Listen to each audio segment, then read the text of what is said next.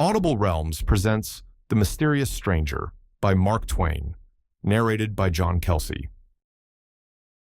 Chapter 1. It was in 1590, winter. Austria was far away from the world and asleep. It was still the Middle Ages in Austria and promised to remain so forever. Some even set it away back centuries upon centuries and said that by the mental and spiritual clock, it was still the age of belief in Austria. But they meant it as a compliment, not a slur, and it was so taken, and we were all proud of it. I remember it well, although I was only a boy, and I remember too the pleasure it gave me. Yes, Austria was far from the world and asleep, and our village was in the middle of that sleep, being in the middle of Austria.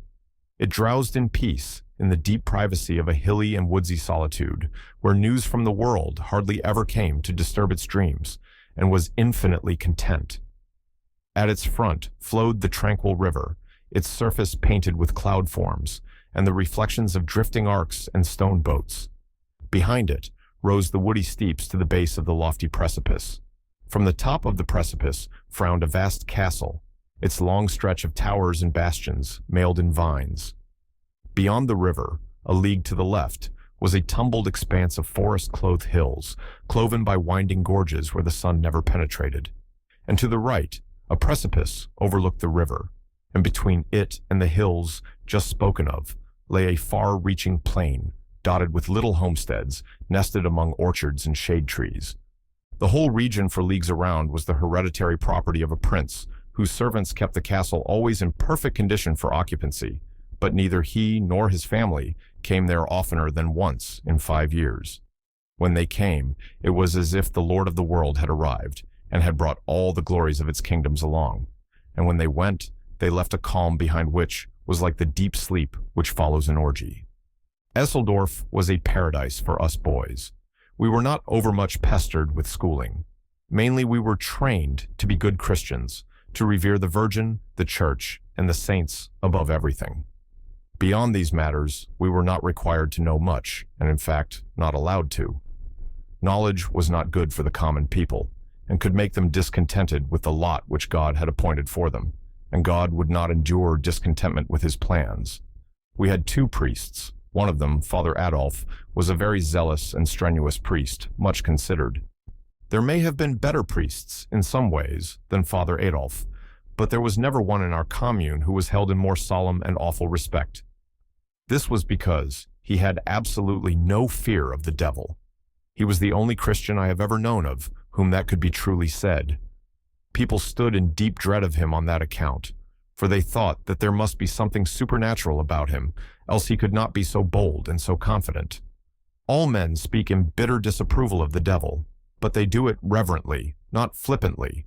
But Father Adolf's way was very different.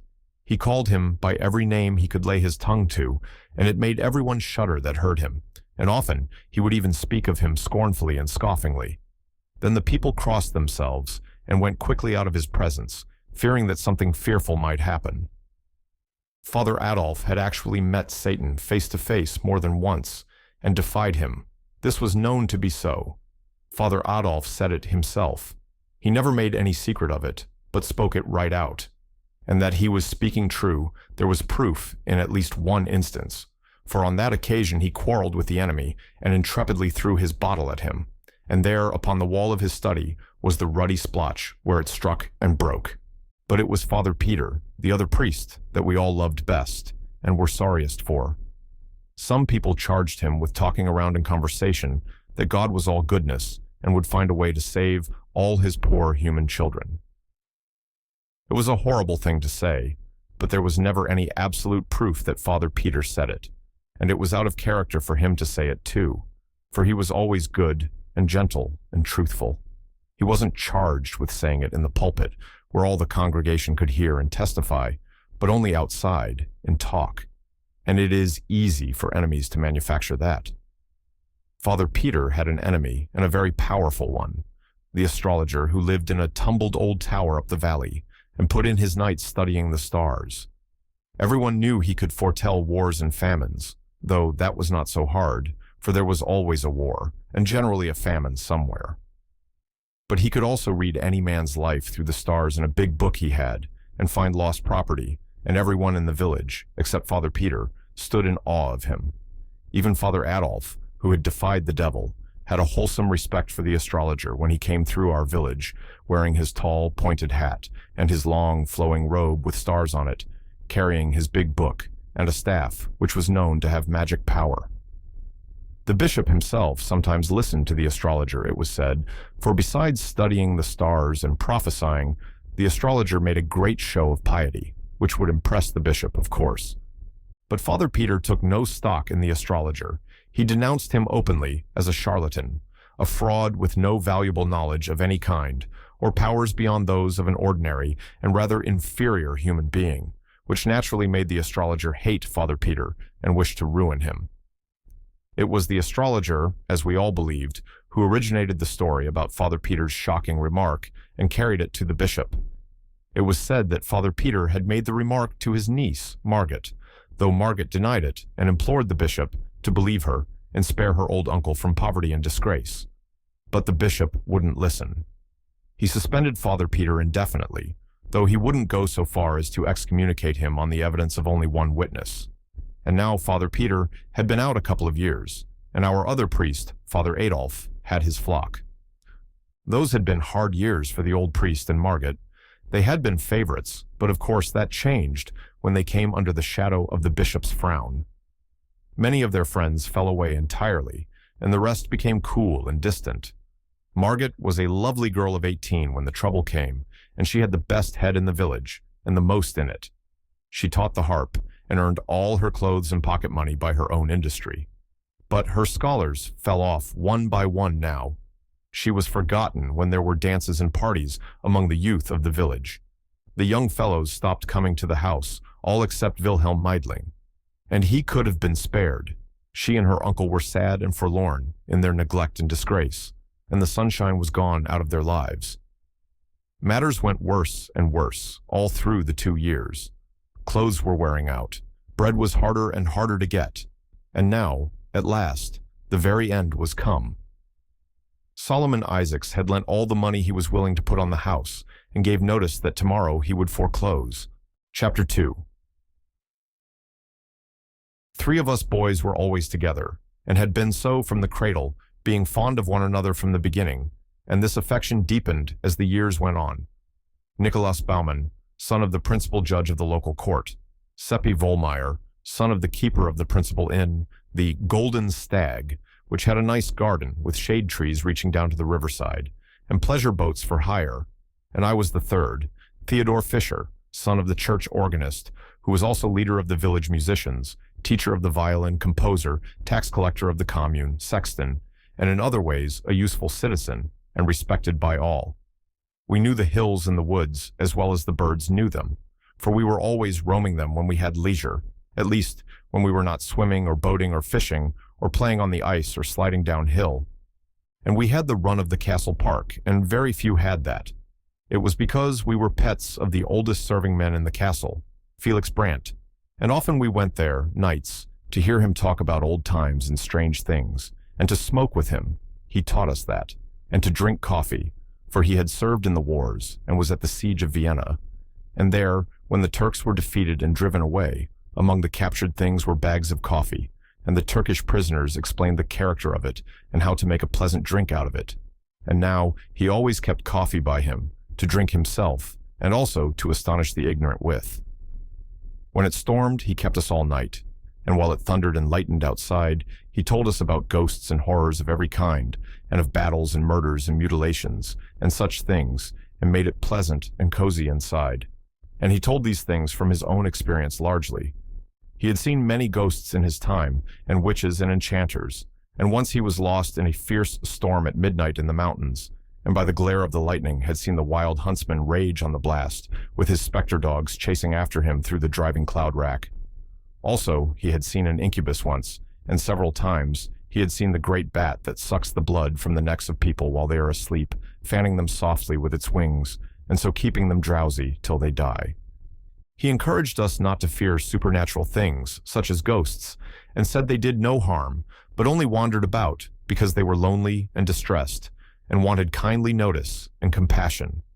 And in time, we learned not to be afraid, and even went down with him in the night to the haunted chamber in the dungeons of the castle.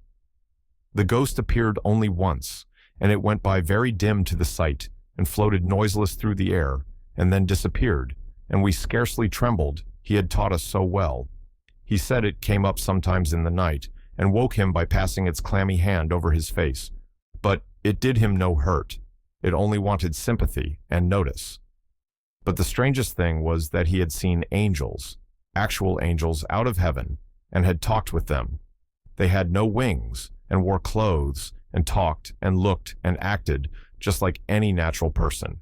And you would never know them for angels, except for the wonderful things they did which a mortal could not do, and the way they suddenly disappeared while you were talking with them, which was also a thing which no mortal could do. And he said they were pleasant and cheerful, not gloomy and melancholy, like ghosts.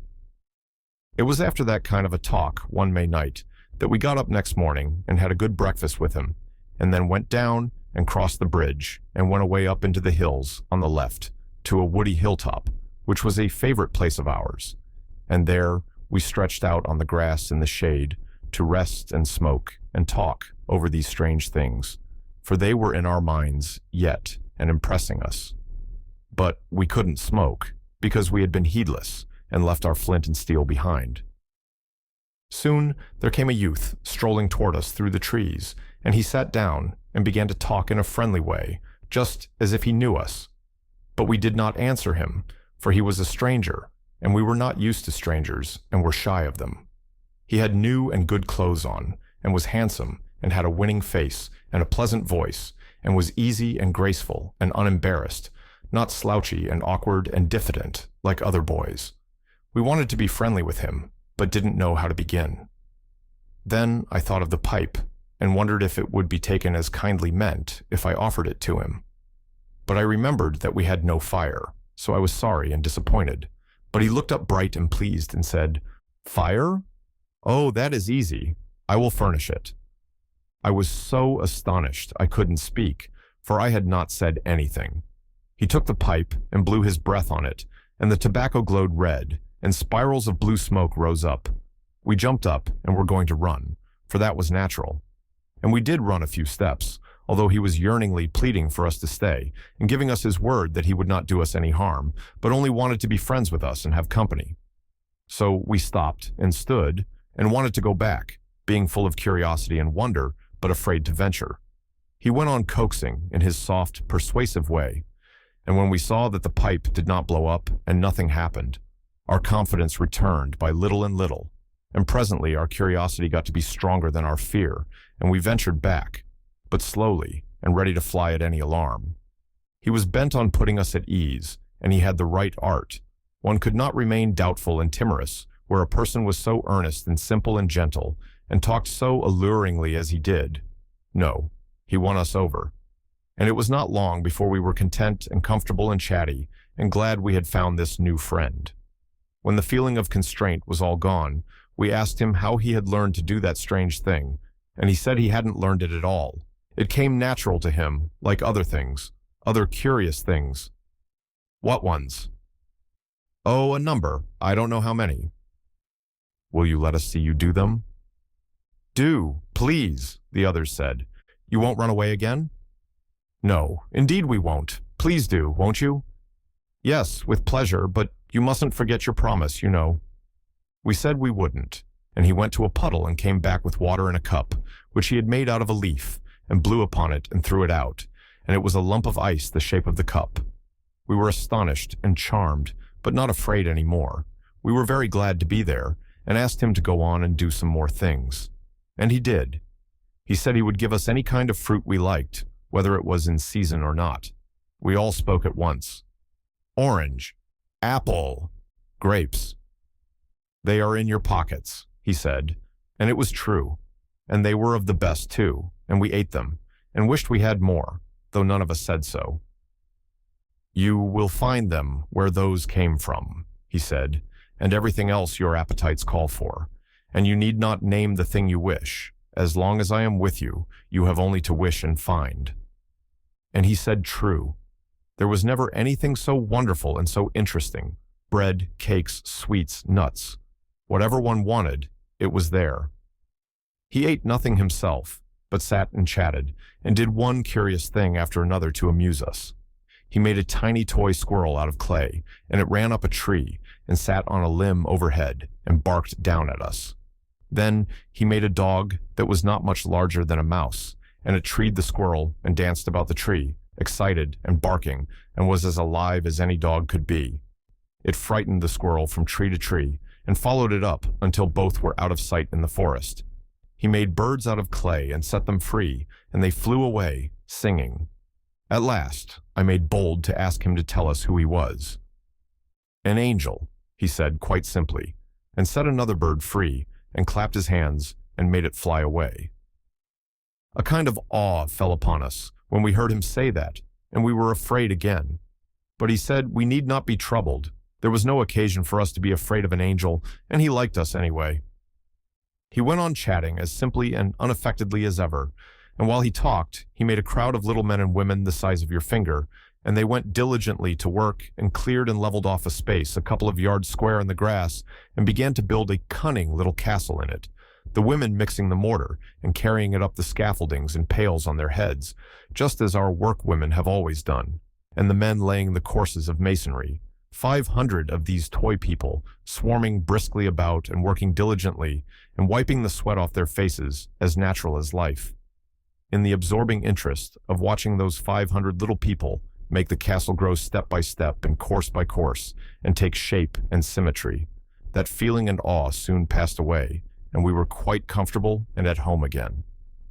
We asked if we might make some people, and he said yes, and told Seppi to make some cannon for the walls, and told Nicholas to make some halberdiers with breastplates and greaves and helmets, and I was to make some cavalry with horses, and in allotting these tasks, he called us by our names, but did not say how he knew them.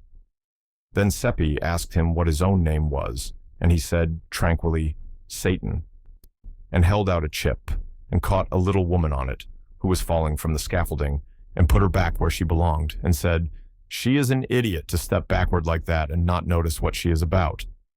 It caught us suddenly, that name did, and our work dropped out of our hands and broke to pieces, a cannon, a halberdier, and a horse.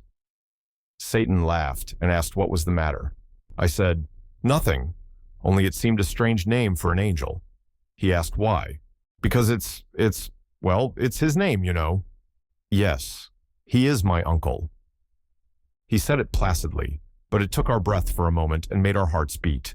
He did not seem to notice that, but mended our halberdiers and things with a touch, handing them to us finished, and said, "Don't you remember? He was an angel himself once." "Yes, it's true," said Seppi. "I didn't think of that." "Before the fall, he was blameless." "Yes," said Nicholas, "he was without sin." "It is a good family, ours," said Satan. "There is not a better. He is the only member of it that has ever sinned." I should not be able to make anyone understand how exciting it all was. You know that kind of quiver that trembles around through you when you are seeing something so strange and enchanting and wonderful that it is just a fearful joy to be alive and look at it. And you know how you gaze and your lips turn dry and your breath comes short, but you wouldn't be anywhere but there, not for the world. I was bursting to ask one question. I had it on my tongue's end and could hardly hold it back, but I was ashamed to ask it. It might be a rudeness. Satan set an ox down that he had been making and smiled up at me and said, "It wouldn't be a rudeness, and I should forgive it if it was. Have I seen him? Millions of times. From the time that I was a little child, 1,000 years old, I was his second favorite among the nursery angels of our blood and lineage. To use a human phrase, yes, from that time until the fall, 8,000 years, measured as you count time." 8,000? Yes. He turned to Seppi and went on as if answering something that was in Seppi's mind. "Why, naturally, I look like a boy, for that is what I am. With us, what you call time is a spacious thing. It takes a long stretch of it to grow an angel to full age." There was a question in my mind, and he turned to me and answered it. "I am 16,000 years old, counting as you count." Then he turned to Nicholas and said, "No, the fall did not affect me, nor the rest of the relationship. It was only he that I was named for who ate of the fruit of the tree, and then beguiled the man and the woman with it. We others are still ignorant of sin. We are not able to commit it. We are without blemish, and shall abide in that estate always. Two of the little workmen were quarreling, and in buzzing little bumblebee voices they were cursing and swearing at each other. Now came blows and blood. Then they locked themselves together in a life-and-death struggle. Satan reached out his hand and crushed the life out of them with his fingers, threw them away, wiped the red from his fingers on his handkerchief, and went on talking where he had left off. We cannot do wrong, neither have we any disposition to do it, for we do not know what it is. It seemed a strange speech in the circumstances, but we barely noticed that. We were so shocked and grieved at the wanton murder he had committed, for murder it was. That was its true name, and it was without palliation or excuse, for the men had not wronged him in any way. It made us miserable, for we loved him, and had thought him so noble, and so beautiful and gracious, and had honestly believed he was an angel. And to have him do this cruel thing, it lowered him so, and we had had such pride in him. He went right on talking, just as if nothing had happened, telling about his travels and the interesting things he had seen in the big worlds of our solar system and of other solar systems far away in the remotenesses of space, and about the customs of the immortals that inhabit them, somehow fascinating us, enchanting us, charming us, in spite of the pitiful scene that was now under our eyes. For the wives of the little dead men had found the crushed and shapeless bodies and were crying over them and sobbing and lamenting, and a priest was kneeling there with his hands crossed upon his breast, praying, and crowds of pitying friends were massed about them, reverently uncovered, with their bare heads bowed, and many with the tears running down. A scene which Satan paid no attention to until the small noise of the weeping and praying began to annoy him. Then he reached out and took the heavy board seat out of our swing, and brought it down, and mashed all those people into the earth, just as if they had been flies, and went on talking just the same. An angel, and kill a priest. An angel who did not know how to do wrong, and yet destroys in cold blood hundreds of helpless poor men and women who had never done him any harm. It made us sick to see that awful deed, and to think that none of those poor creatures was prepared except the priest, for none of them had ever heard a mass or seen a church. And we were witnesses. We had seen these murders done, and it was our duty to tell and let the law take its course. But he went on talking right along and worked his enchantments upon us again with that fatal music of his voice. He made us forget everything. We could only listen to him and love him and be his slaves, to do with us as he would. He made us drunk with the joy of being with him, and of looking into the heaven of his eyes, and of feeling the ecstasy that thrilled along our veins from the touch of his hand. Chapter 3. The stranger had seen everything. He had been everywhere. He knew everything, and he forgot nothing.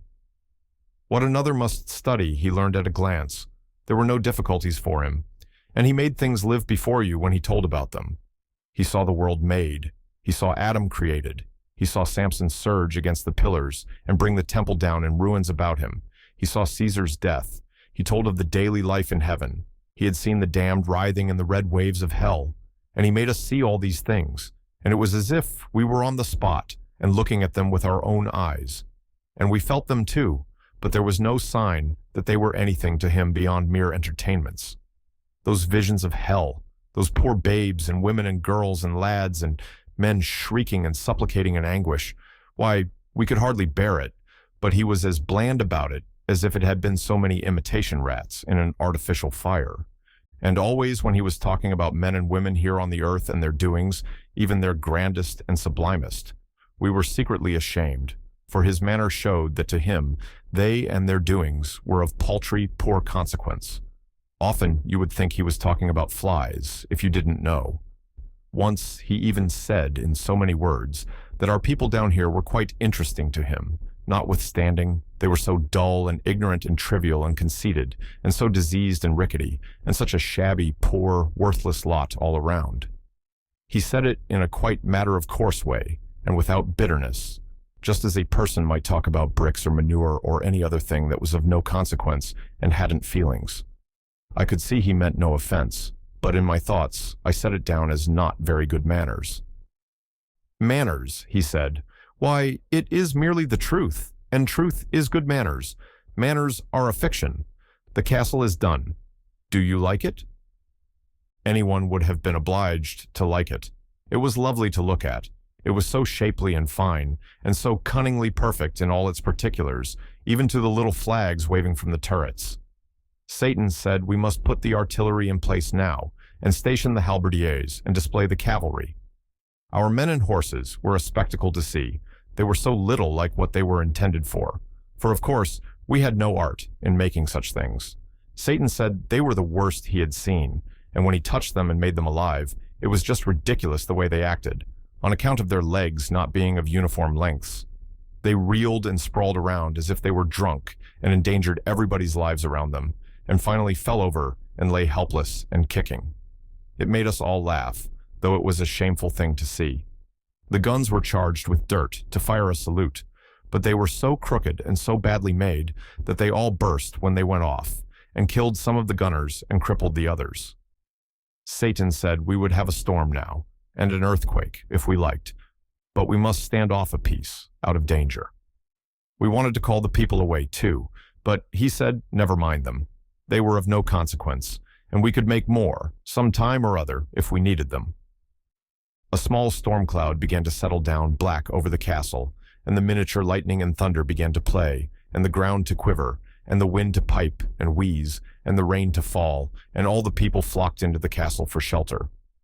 The clouds settled down blacker and blacker, and one could see the castle only dimly through it. The lightning blazed out, flash upon flash, and pierced the castle and set it on fire, and the flames shone out red and fierce through the cloud, and the people came flying out, shrieking, but Satan brushed them back, paying no attention to our begging and crying and imploring. And in the midst of the howling of the wind and volleying of the thunder, the magazine blew up. The earthquake rent the ground wide, and the castle's wreck and ruin tumbled into the chasm, which swallowed it from sight and closed upon it with all that innocent life, not one of the 500 poor creatures escaping. Our hearts were broken. We could not keep from crying. "Don't cry," Satan said. "They were of no value." "But they are gone to hell." "Oh, it is no matter. We can make plenty more." It was of no use to try to move him. Evidently, he was wholly without feelings and could not understand. He was full of bubbling spirits and as gay as if this were a wedding instead of a fiendish massacre.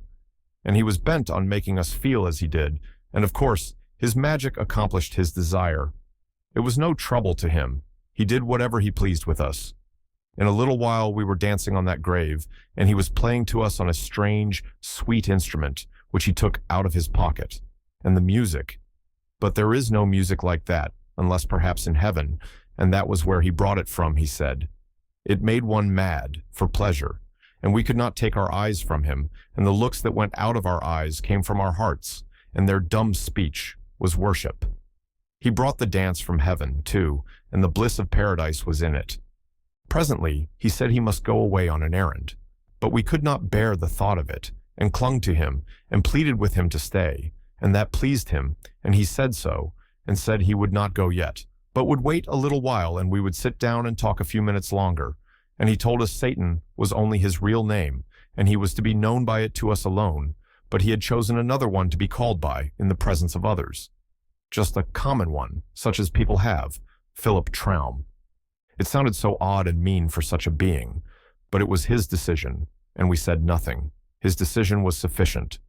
We had seen wonders this day, and my thoughts began to run on the pleasure it would be to tell them when I got home. But he noticed those thoughts, and said, "No, all these matters are a secret among us four.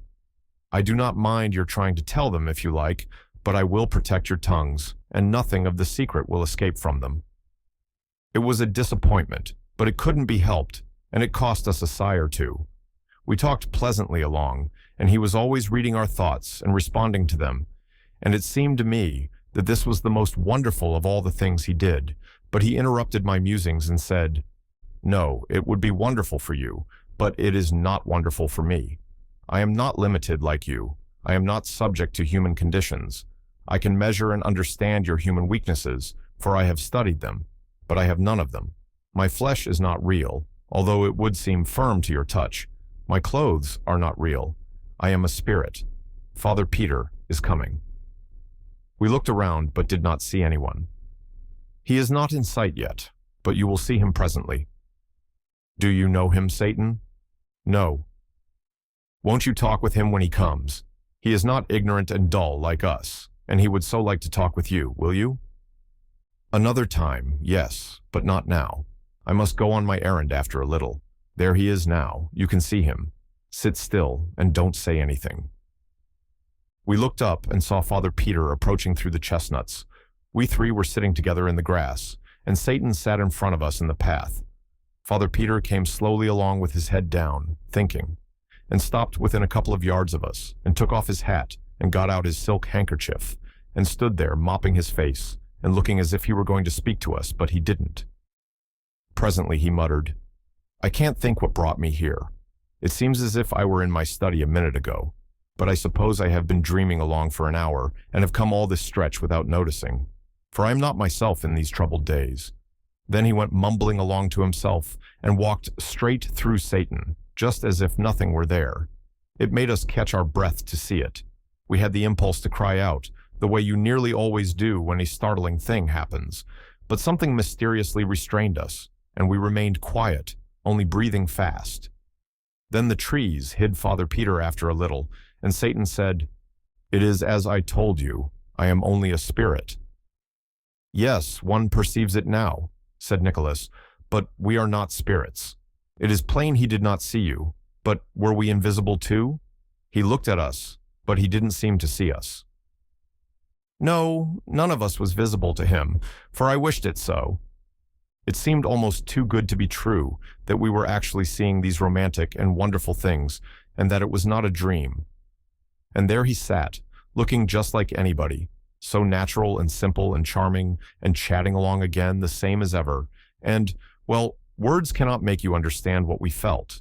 It was an ecstasy, and an ecstasy is a thing that will not go into words. It feels like music, and one cannot tell about music, so that another person can get the feeling of it.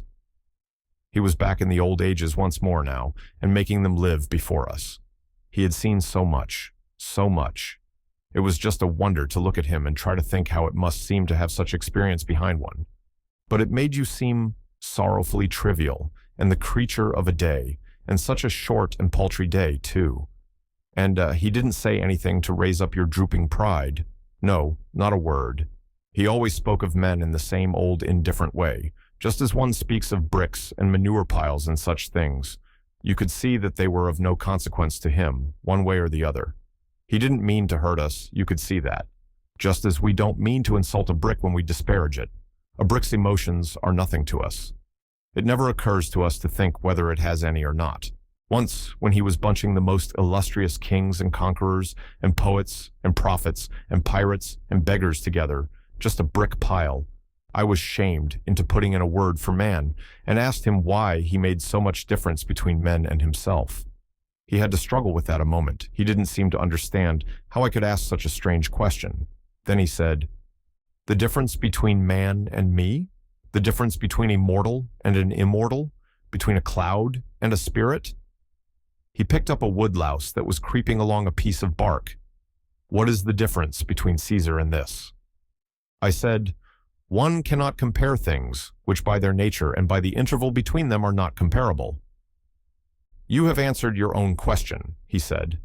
"I will expand it. Man is made of dirt. I saw him made. I am not made of dirt. Man is a museum of diseases, a home of impurities. He comes today and is gone tomorrow. He begins as dirt and departs as stench. I am of the aristocracy of the imperishables, and man has the moral sense. You understand? He has the moral sense. That would seem to be difference enough between us, all by itself." He stopped there, as if that settled the matter. I was sorry, for at that time I had but a dim idea of what the moral sense was.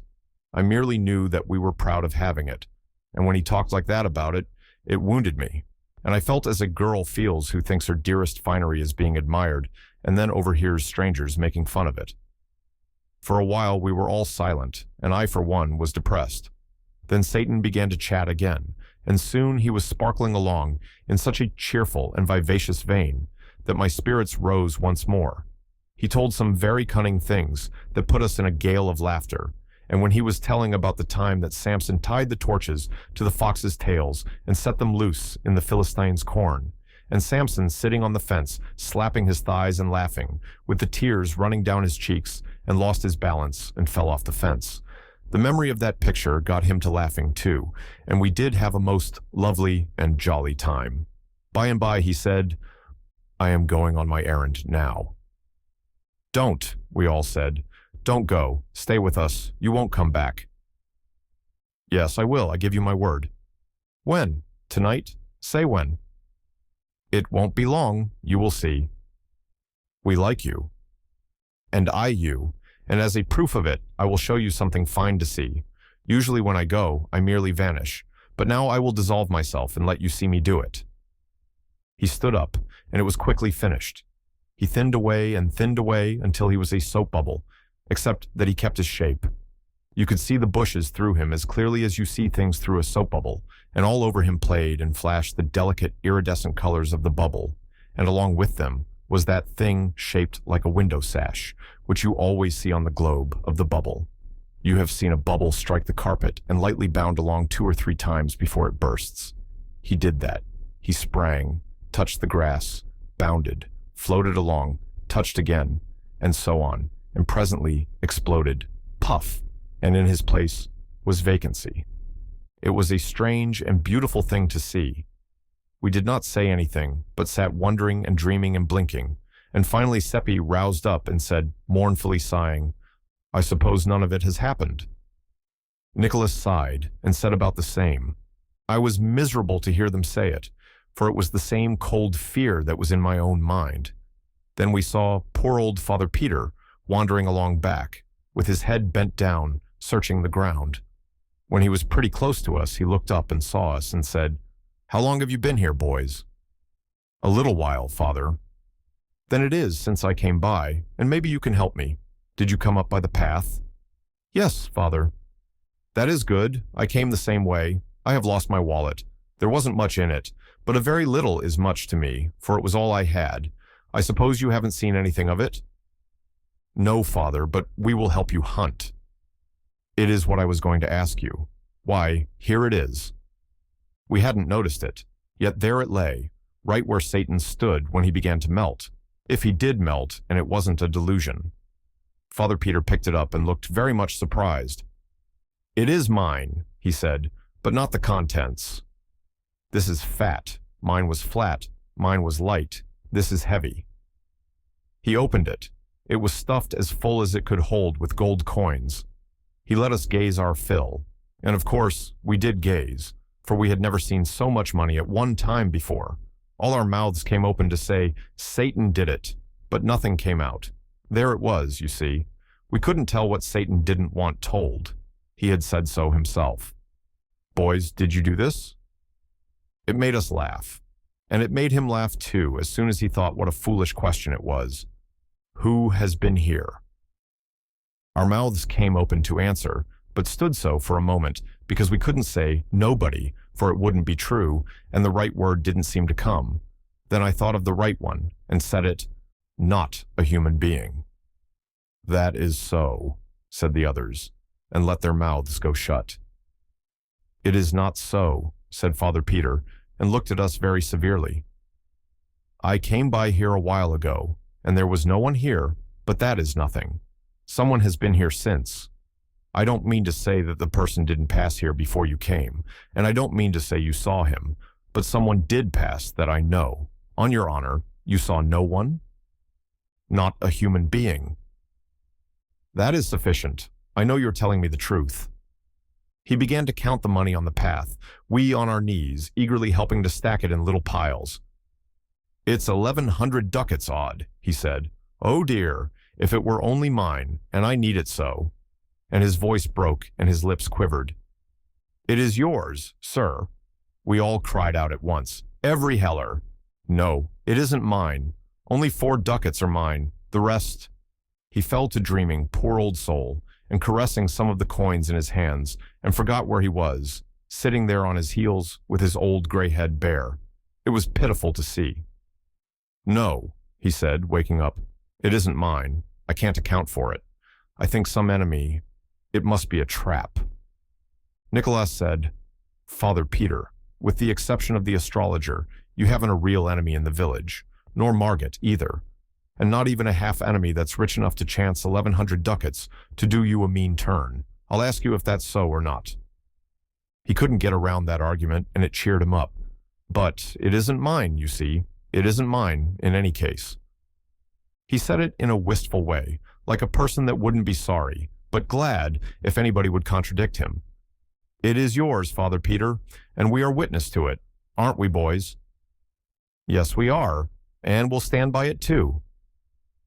"Bless your hearts. You do almost persuade me. You do indeed. If I had only 100-odd ducats of it. The house is mortgaged for it, and we've no home for our heads if we don't pay tomorrow. And that 4 ducats is all we've got in the... It's yours, every bit of it, and you've got to take it. We are bail that it's all right. Aren't we, Theodor? Aren't we, Seppi?" We too said yes, and Nicholas stuffed the money back into the shabby old wallet and made the owner take it. So he said he would use 200 of it, for his house was good enough security for that, and would put the rest at interest till the rightful owner came for it. And on our side, we must sign a paper showing how he got the money, a paper to show to the villagers as proof that he had not got out of his troubles dishonestly. Chapter 4. It made immense talk next day when Father Peter paid Solomon Isaacs in gold and left the rest of the money with him at interest. Also, there was a pleasant change. Many people called at the house to congratulate him, and a number of cool old friends became kind and friendly again. And, to top all, Margit was invited to a party. And there was no mystery. Father Peter told the whole circumstance just as it happened, and said he could not account for it, only it was the plain hand of Providence, so far as he could see. One or two shook their heads and said privately it looked more like the hand of Satan, and really, that seemed a surprisingly good guess for ignorant people like that.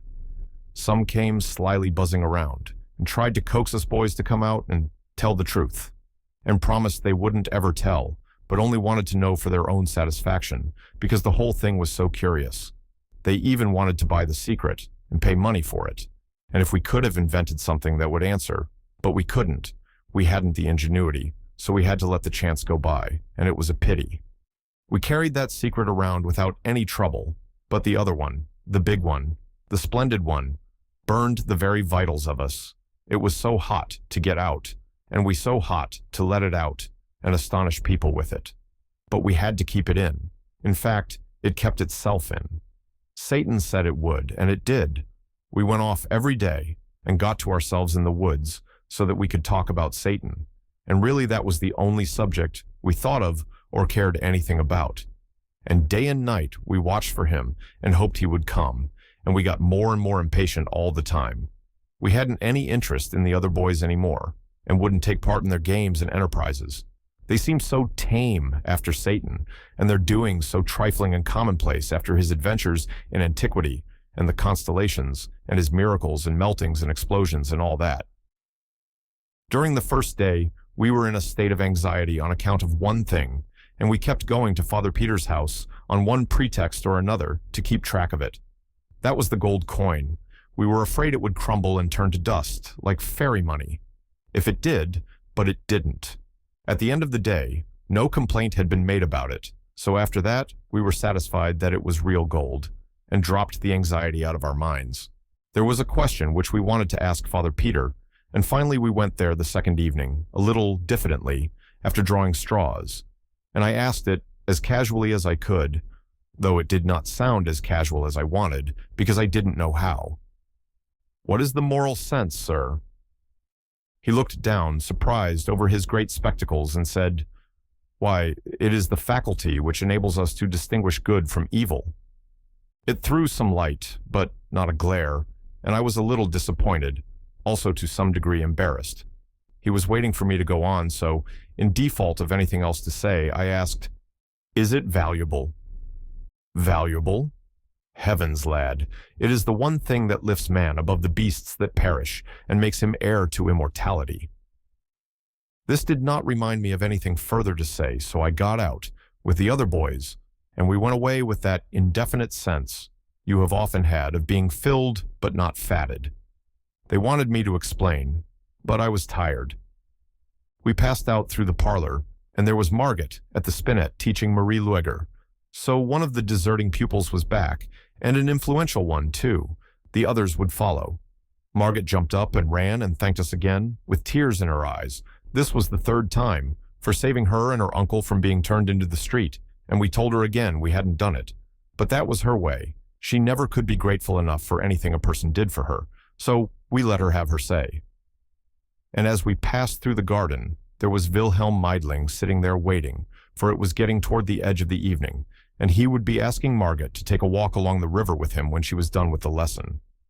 He was a young lawyer, and succeeding fairly well in working his way along little by little. He was very fond of Margit, and she of him. He had not deserted along with the others, but had stood his ground all through. His faithfulness was not lost on Margit and her uncle. He hadn't so very much talent, but he was handsome and good, and these are a kind of talents themselves and help along. He asked us how the lesson was getting along, and we told him it was about done. And maybe it was so. We didn't know anything about it, but we judged it would please him, and it did, and didn't cost us anything. Chapter 5. On the fourth day comes the astrologer from his crumbling old tower up the valley, where he had heard the news, I reckon. He had a private talk with us, and we told him what we could, for we were mightily in dread of him. He sat there studying and studying a while to himself. Then he asked, "How many ducats did you say?" 1107, sir. Then he said, as if he were talking to himself, "It is very singular." Yes, very strange. A curious coincidence. Then he began to ask questions, and went over the whole ground from the beginning, we answering. By and by he said, 1106 ducats. It is a large sum. 7, said Seppi, correcting him. Oh, 7, was it? Of course, a ducat more or less isn't of consequence, but you said 1106 before. It would not have been safe for us to say he was mistaken, but we knew he was. Nicholas said, "We ask pardon for the mistake, but we meant to say 7. Oh, it is no matter, lad. It was merely that I noticed the discrepancy. It is several days, and you cannot be expected to remember precisely. One is apt to be inexact when there is no particular circumstance to impress the count upon the memory." "But there was one, sir," said Seppi eagerly. "What was it, my son?" asked the astrologer indifferently. "First, we all counted the piles of coin, each in turn, and all made it the same, 1106. But I had slipped one out, for fun, when the count began, and now I slipped it back and said, 'I think there is a mistake. There are 1107. Let us count again.' We did, and of course I was right. They were astonished. Then I told how it came about. The astrologer asked us if this was so, and we said it was. 'That settles it,' he said. 'I know the thief now. Lads, the money was stolen.' Then he went away, leaving us very much troubled and wondering what he could mean. In about an hour we found out, for by that time it was all over the village that Father Peter had been arrested for stealing a great sum of money from the astrologer. Everybody's tongue was loose and going. Many said it was not in Father Peter's character and must be a mistake, but the others shook their heads and said misery and want could drive a suffering man to almost anything. About one detail there were no differences. All agreed that Father Peter's account of how the money came into his hands was just about unbelievable. It had such an impossible look. They said it might have come into the astrologer's hands in some such way, but into Father Peter's, never. Our characters began to suffer now. We were Father Peter's only witnesses. How much did he probably pay us to back up his fantastic tale? People talked that kind of talk to us pretty freely and frankly, and were full of scoffings when we begged them to believe really we had told only the truth. Our parents were harder on us than anyone else. Our fathers said we were disgracing our families, and they commanded us to purge ourselves of our lie, and there was no limit to their anger when we continued to say we had spoken true. Our mothers cried over us and begged us to give back our bribe and get back our honest names and save our families from shame, and come out and honorably confess. And at last, we were so worried and harassed that we tried to tell the whole thing, Satan and all. But no, it wouldn't come out. We were hoping and longing all the time that Satan would come and help us out of our trouble, but there was no sign of him. Within an hour after the astrologer's talk with us, Father Peter was in prison and the money sealed up and in the hands of the officers of the law. The money was in a bag, and Solomon Isaacs said he had not touched it since he had counted it. His oath was taken that it was the same money, and that the amount was 1,107 ducats. Father Peter claimed trial by the ecclesiastical court, but our other priest, Father Adolf, said an ecclesiastical court hadn't jurisdiction over a suspended priest. The bishop upheld him. That settled it. The case would go to trial in the civil court. The court would not sit for some time to come. Wilhelm Meidling would be Father Peter's lawyer and do the best he could, of course. But he told us privately that a weak case on his side and all the power and prejudice on the other made the outlook bad. So Margot's new happiness died a quick death. No friends came to condole with her, and none were expected. An unsigned note withdrew her invitation to the party.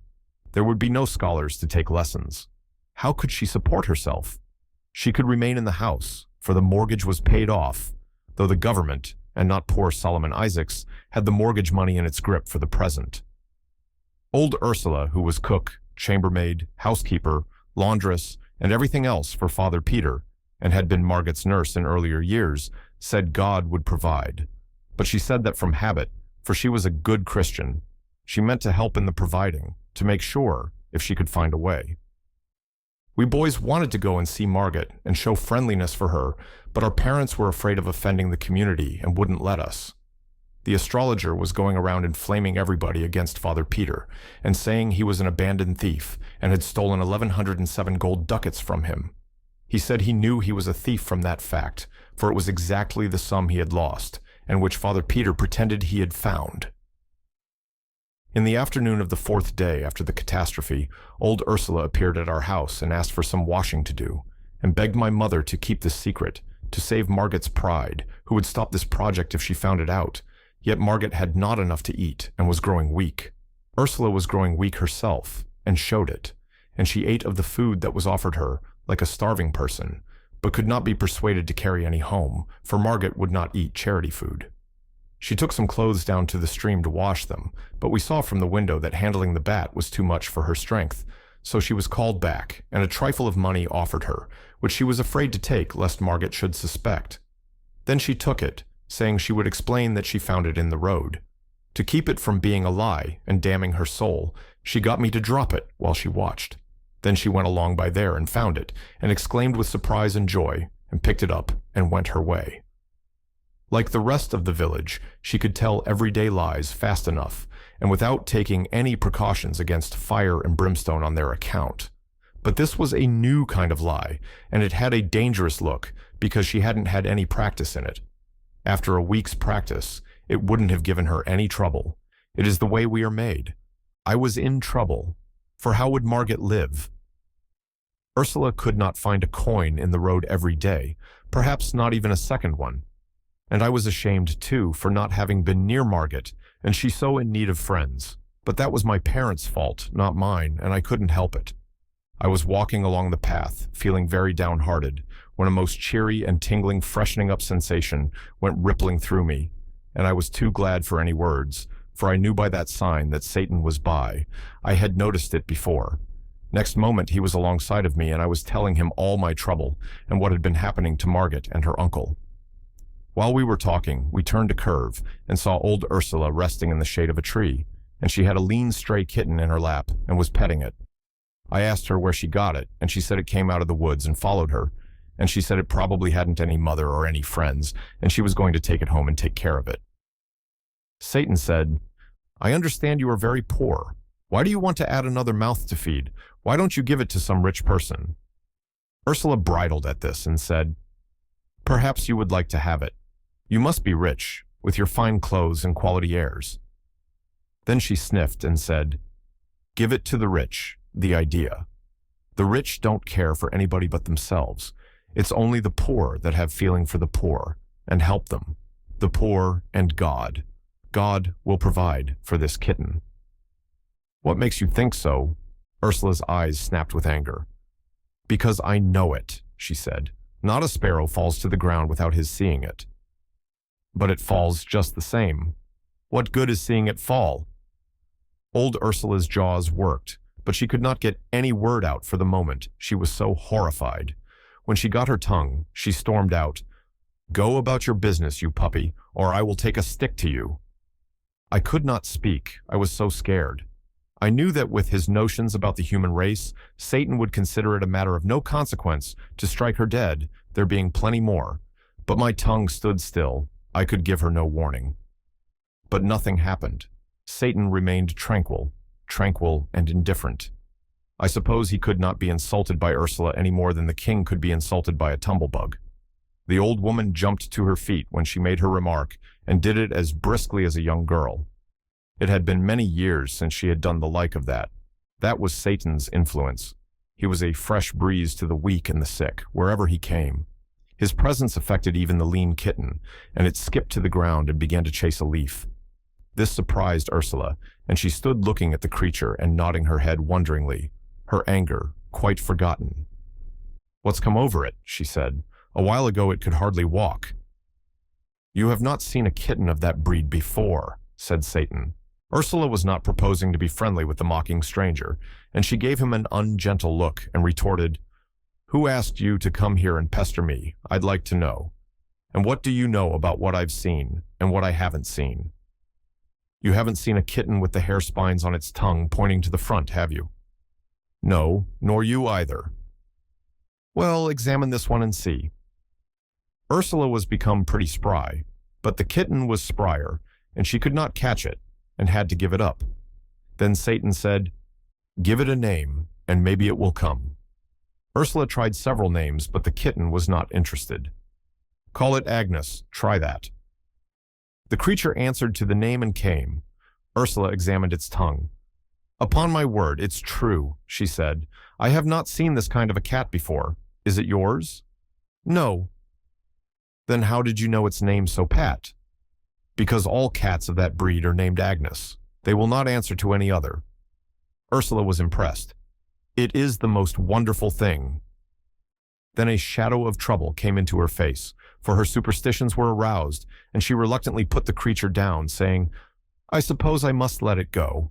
I am not afraid. No, not exactly that. Though the priest, well, I've heard people indeed, many people. And besides, it is quite well now and can take care of itself." She sighed and turned to go, murmuring, "It is such a pretty one, too, and would be such company. And the house is so sad and lonesome these troubled days. Miss Margot so mournful and just a shadow, and the old master shut up in jail." "It seems a pity not to keep it," said Satan. Ursula turned quickly, just as if she were hoping someone would encourage her. "Why?" she asked wistfully. "Because this breed brings luck." "Does it? Is it true? Young man, do you know it to be true? How does it bring luck?" "Well, it brings money anyway." Ursula looked disappointed. "Money? A cat bring money? The idea! You could never sell it here. People do not buy cats here. One can't even give them away." She turned to go. "I don't mean sell it. I mean have an income from it. This kind is called the lucky cat. Its owner finds 4 silver groschen in his pocket every morning." I saw the indignation rising in the old woman's face. She was insulted. This boy was making fun of her. That was her thought. She thrust her hands into her pockets and straightened up to give him a piece of her mind. Her temper was all up and hot. Her mouth came open and let out 3 words of a bitter sentence. Then it fell silent, and the anger in her face turned to surprise or wonder or fear or something, and she slowly brought out her hands from her pockets and opened them and held them so. In one was my piece of money, in the other lay 4 silver groschen. She gazed a little while, perhaps to see if the groschen would vanish away. Then she said fervently, it's true, and I'm ashamed and beg forgiveness, O dear master and benefactor." And she ran to Satan and kissed his hand, over and over again, according to the Austrian custom. In her heart, she probably believed it was a witch cat and an agent of the devil, but no matter, it was all the more certain to be able to keep its contract and furnish a daily good living for the family, for in matters of finance, even the piousest of our peasants would have more confidence in an arrangement with the devil than with an archangel. Ursula started homeward, with Agnes in her arms, and I said I wished I had her privilege of seeing Margit. Then I caught my breath, for we were there in the parlor, and Margit standing looking at us, astonished. She was feeble and pale, but I knew that those conditions would not last in Satan's atmosphere, and it turned out so. I introduced Satan, that is, Philip Traum, and we sat down and talked. There was no constraint. We were simple folk in our village, and when a stranger was a pleasant person, we were soon friends. Margit wondered how we got in without her hearing us. Traum said the door was open, and we walked in and waited until she should turn around and greet us. This was not true. No door was open. We entered through the walls or the roof, or down the chimney, or somehow. But no matter, what Satan wished a person to believe, the person was sure to believe. And so Margit was quite satisfied with that explanation. And then the main part of her mind was on Traum, anyway. She couldn't keep her eyes off him. He was so beautiful. That gratified me and made me proud. I hoped he would show off some, but he didn't. He seemed only interested in being friendly and telling lies. He said he was an orphan. That made Margit pity him. The water came into her eyes. He said he had never known his mama. She passed away while he was a young thing, and said his papa was in shattered health and had no property to speak of. In fact, none of any earthly value, but he had an uncle in business down in the tropics, and he was very well off and had a monopoly, and it was from this uncle that he drew his support. The very mention of a kind uncle was enough to remind Margit of her own, and her eyes filled again. She said she hoped their two uncles would meet someday. It made me shudder. Philip said he hoped so too, and that made me shudder again. "Maybe they will," said Margit. "Does your uncle travel much?" "Oh yes, he goes all about. He has business everywhere." And so they went on chatting, and poor Margit forgot her sorrow for one little while anyway. It was probably the only really bright and cheery hour she had known lately. I saw she liked Philip, and I knew she would. And when he told her he was studying for the ministry, I could see that she liked him better than ever. And then, when he promised to get her admitted to the jail so that she could see her uncle, that was the capstone.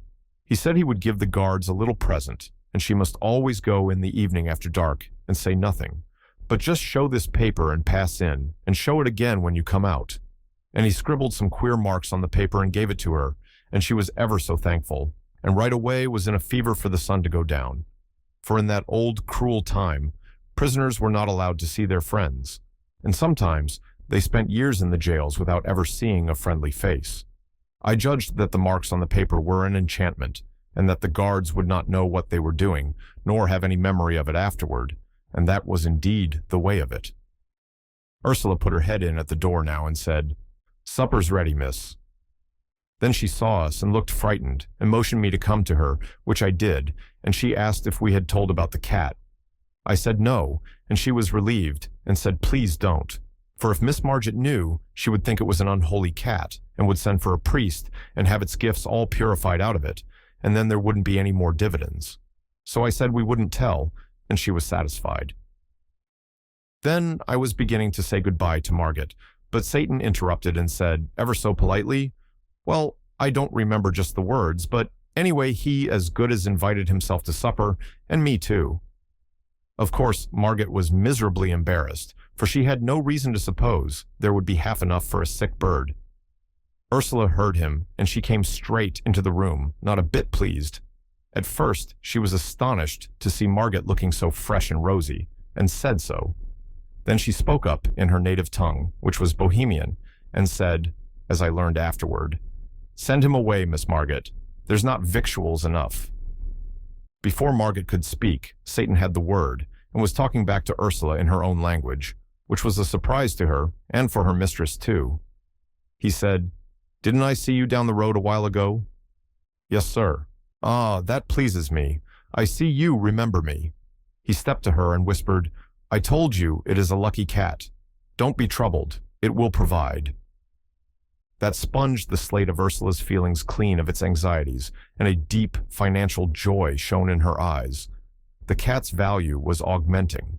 It was getting full time for Margit to take some sort of notice of Satan's invitation, and she did it in the best way, the honest way that was natural to her.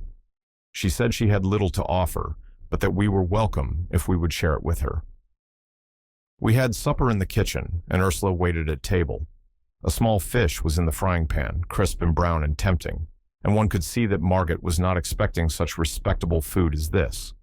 Ursula brought it, and Margaret divided it between Satan and me, declining to take any of it herself, and was beginning to say she did not care for fish today, but she did not finish the remark. It was because she noticed that another fish had appeared in the pan. She looked surprised, but did not say anything. She probably meant to inquire of Ursula about this later. There were other surprises, flesh and game and wines and fruits, things which had been strangers in that house lately, but Margaret made no exclamations, and now even looked unsurprised, which was Satan's influence, of course. Satan talked right along and was entertaining and made the time pass pleasantly and cheerfully. And although he told a good many lies, it was no harm in him, for he was only an angel and did not know any better. They do not know right from wrong. I knew this because I remembered what he had said about it. He got on the good side of Ursula. He praised her to Margaret, confidentially, but speaking just loud enough for Ursula to hear. He said she was a fine woman, and he hoped someday to bring her and his uncle together. Very soon, Ursula was mincing and simpering around in a ridiculous girly way, and smoothing out her gown and prinking at herself like a foolish old hen, and all the time pretending she was not hearing what Satan was saying. I was ashamed, for it showed us to be what Satan considered us, a silly race and trivial. Satan said his uncle entertained a great deal, and to have a clever woman presiding over the festivities would double the attractions of the place. "But your uncle is a gentleman, isn't he?" asked Margaret. "Yes," said Satan indifferently. "Some even call him a prince, out of compliment, but he is not bigoted. To him personal merit is everything, rank nothing." My hand was hanging down by my chair. Agnes came along and licked it. By this act, a secret was revealed. I started to say, "It is all a mistake. This is just a common, ordinary cat. The hair needles on her tongue point inward, not outward." But the words did not come, because they couldn't. Satan smiled upon me, and I understood. When it was dark, Margaret took food and wine and fruit in a basket and hurried away to the jail, and Satan and I walked toward my home. I was thinking to myself that I should like to see what the inside of the jail was like. Satan overheard the thought, and the next moment we were in the jail. "We were in the torture chamber," Satan said. "The rack was there, and the other instruments, and there was a smoky lantern or two hanging on the walls and helping to make the place look dim and dreadful. There were people there, and executioners, but as they took no notice of us, it meant that we were invisible. A young man lay bound, and Satan said he was suspected of being a heretic, and the executioners were about to inquire into it. They asked the man to confess to the charge, and he said he could not, for it was not true. Then they drove splinter after splinter under his nails, and he shrieked with the pain. Satan was not disturbed, but I could not endure it, and had to be whisked out of there. I was faint and sick, but the fresh air revived me, and we walked toward my home. I said it was a brutal thing. No, it was a human thing. You should not insult the brutes by such a misuse of that word. They have not deserved it." And he went on talking like that. "It is like your paltry race, always lying, always claiming virtues which it hasn't got, always denying them to the higher animals, which alone possess them. No brute ever does a cruel thing. That is the monopoly of those with the moral sense. When a brute inflicts pain, he does it innocently. It is not wrong. For him there is no such thing as wrong. And he does not inflict pain for the pleasure of inflicting it. Only man does that, inspired by that mongrel moral sense of his. A sense whose function is to distinguish between right and wrong, with liberty to choose which of them he will do. Now, what advantage can he get out of that? He is always choosing, and in 9 cases out of 10 he prefers the wrong. There shouldn't be any wrong, and without the moral sense there couldn't be any. And yet he is such an unreasoning creature that he is not able to perceive that the moral sense degrades him to the bottom layer of animated beings, and is a shameful possession. Are you feeling better? Let me show you something. Chapter 6. In a moment we were in a French village. We walked through a great factory of some sort, where men and women and little children were toiling in heat and dirt and a fog of dust, and they were clothed in rags and drooped at their work, for they were worn and half-starved, and weak and drowsy. Satan said, "It is some more moral sense. The proprietors are rich and very holy, but the wage they pay to these poor brothers and sisters of theirs is only enough to keep them from dropping dead with hunger. The work hours are 14 per day, winter and summer, from 6 in the morning till 8 at night, little children and all.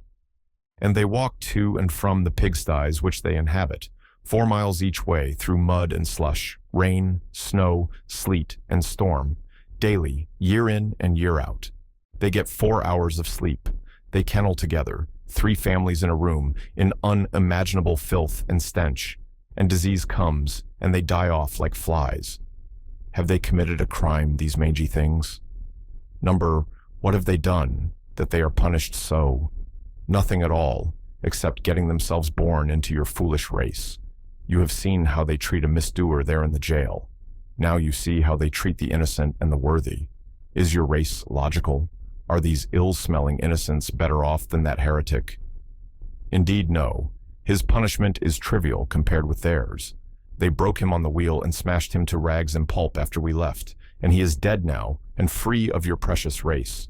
But these poor slaves here, why, they have been dying for years, and some of them will not escape from life for years to come. It is the moral sense which teaches the factory proprietors the difference between right and wrong. You perceive the result. They think themselves better than dogs. Ah, you are such an illogical, unreasoning race, and paltry, oh, unspeakably. Then he dropped all seriousness and just overstrained himself making fun of us and deriding our pride and our warlike deeds, our great heroes, our imperishable fames, our mighty kings, our ancient aristocracies, our venerable history, and laughed till it was enough to make a person sick to hear him. And finally, he sobered a little and said, "But after all, it is not all ridiculous. There is a sort of pathos about it, when one remembers how few are your days, how childish your pomps, and what shadows you are." Presently all things vanished suddenly from my sight, and I knew what it meant. The next moment we were walking along in our village, and down toward the river I saw the twinkling lights of the Golden Stag. Then in the dark I heard a joyful cry. "He's come again!" It was Seppi Vollmeyer. He had felt his blood leap and his spirits rise in a way that could mean only one thing, and he knew Satan was near, although it was too dark to see him. He came to us, and we walked along together, and Seppi poured out his gladness like water. It was as if he were a lover, and had found his sweetheart who had been lost. Seppi was a smart and animated boy, and had enthusiasm and expression, and was a contrast to Nicholas and me. He was full of the last new mystery now, the disappearance of Hans Oppert, the village loafer. People were beginning to be curious about it, he said. He did not say anxious. Curious was the right word, and strong enough. No one had seen Hans for a couple of days. "Not since he did that brutal thing, you know," he said. "What brutal thing?" It was Satan that asked. "Well, he is always clubbing his dog, which is a good dog, and his only friend, and is faithful, and loves him, and does no one any harm. And 2 days ago he was at it again, just for nothing, just for pleasure. And the dog was howling and begging. And Theodor and I begged too, but he threatened us, and struck the dog again with all his might, and knocked one of his eyes out. And he said to us, 'There, I hope you are satisfied now. That's what you have got for him by your damned meddling.' And he laughed, the heartless brute." Seppi's voice trembled with pity and anger. I guessed what Satan would say, and he said it. "There is that misused word again, that shabby slander. Brutes do not act like that, but only men." Well, it was inhuman anyway. "No, it wasn't, Seppi. It was human, quite distinctly human. It is not pleasant to hear you libel the higher animals by attributing to them dispositions which they are free from, and which are found nowhere but in the human heart. None of the higher animals is tainted with the disease called the moral sense. Purify your language, Seppi. Drop those lying phrases out of it." He spoke pretty sternly for him, and I was sorry I hadn't warned Seppi to be more particular about the word he used. I knew how he was feeling. He would not want to offend Satan. He would rather offend all his kin. There was an uncomfortable silence, but relief soon came, for that poor dog came along now, with his eye hanging down, and went straight to Satan, and began to moan and mutter brokenly, and Satan began to answer in the same way, and it was plain that they were talking together in the dog language. We all sat down in the grass, in the moonlight, for the clouds were breaking away now, and Satan took the dog's head in his lap, and put the eye back in its place, and the dog was comfortable, and he wagged his tail, and licked Satan's hand, and looked thankful, and said the same. I knew he was saying it, though I did not understand the words. Then the two talked together a bit, and Satan said, "He says his master was drunk." "Yes, he was," said we, "and an hour later, he fell over the precipice there beyond the cliff pasture. We know the place. It is 3 miles from here. And the dog has been often to the village, begging people to go there, but he was only driven away and not listened to." We remembered it, but hadn't understood what he wanted. He only wanted help for the man who had misused him, and he thought only of that, and has had no food nor sought any. He has watched by his master 2 nights.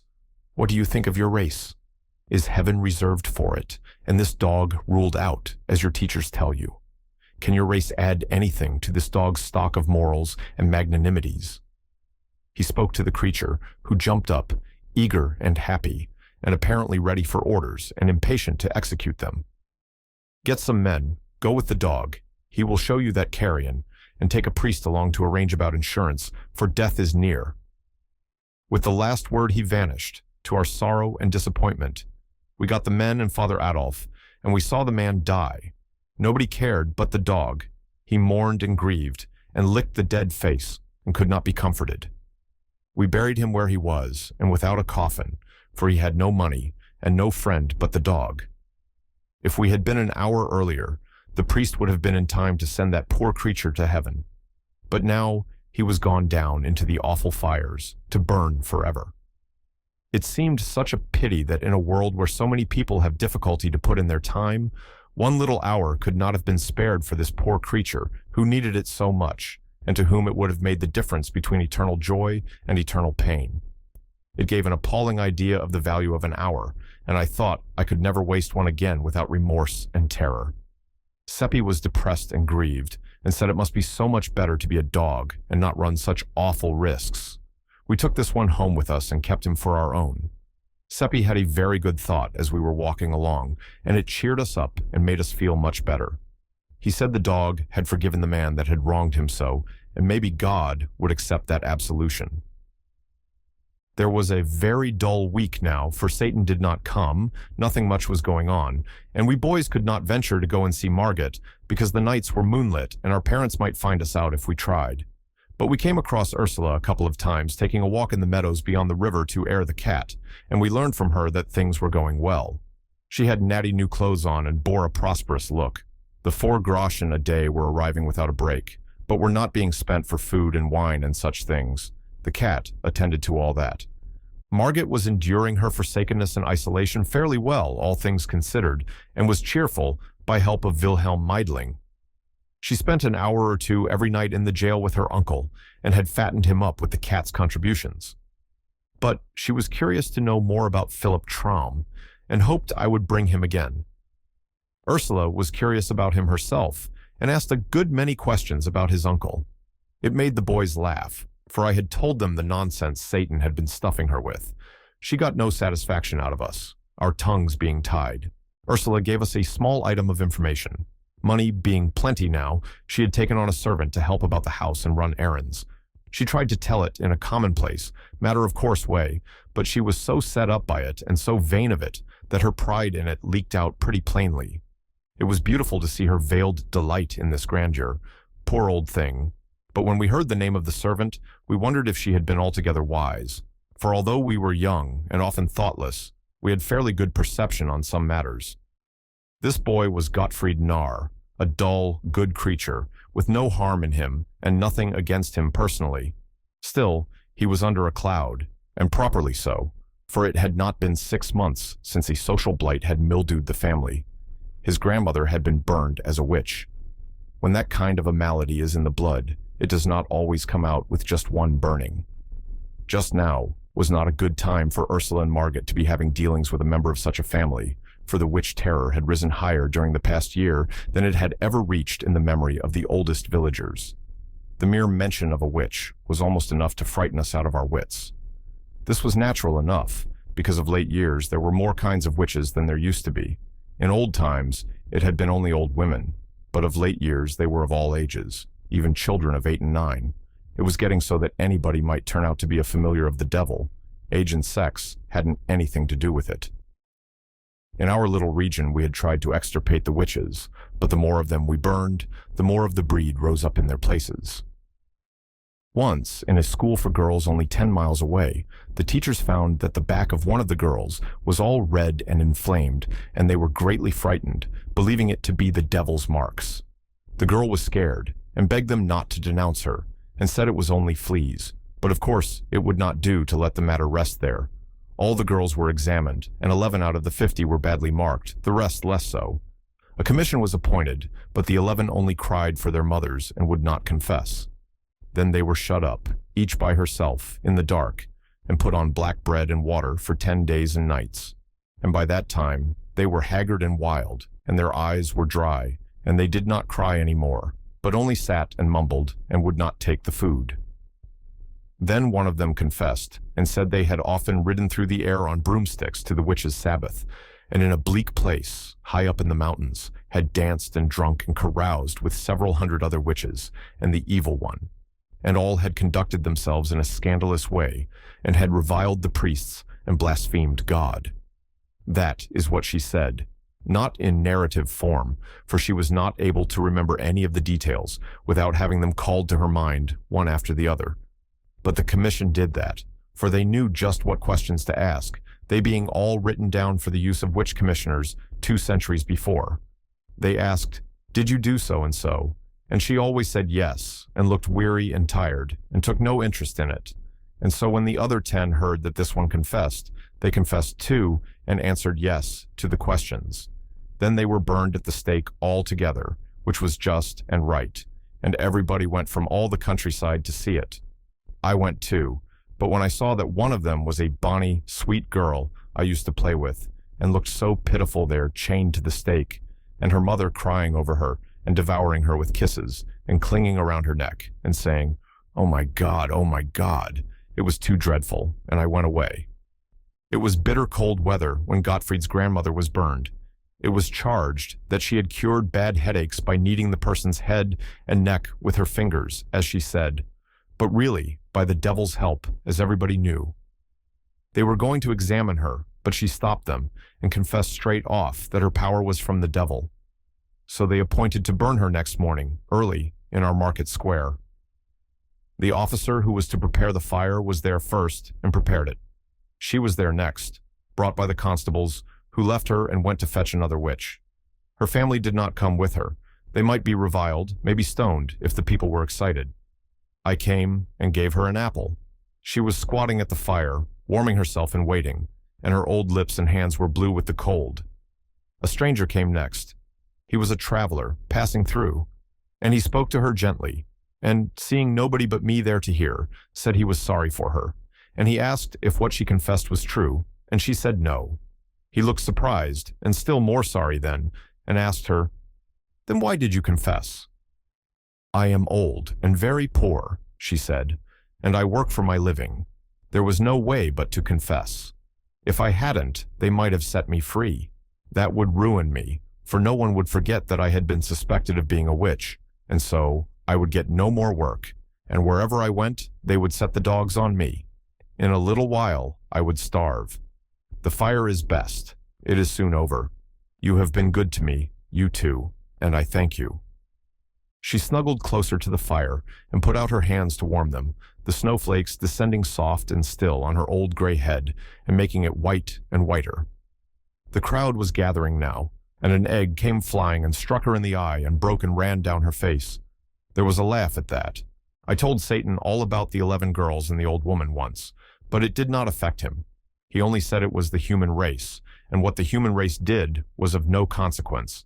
And he said he had seen it made, and it was not made of clay, it was made of mud. Part of it was, anyway. I knew what he meant by that, the moral sense. He saw the thought in my head, and it tickled him and made him laugh, Then he called a bullock out of a pasture and petted it and talked with it and said, "There." He wouldn't drive children mad with hunger and fright and loneliness, and then burn them for confessing to things invented for them which had never happened. And neither would he break the hearts of innocent, poor old women and make them afraid to trust themselves among their own race. And he would not insult them in their death agony, for he is not besmirched with the moral sense, but is as the angels are, and knows no wrong, and never does it. Lovely as he was, Satan could be cruelly offensive when he chose, and he always chose when the human race was brought to his attention. He always turned up his nose at it, and never had a kind word for it.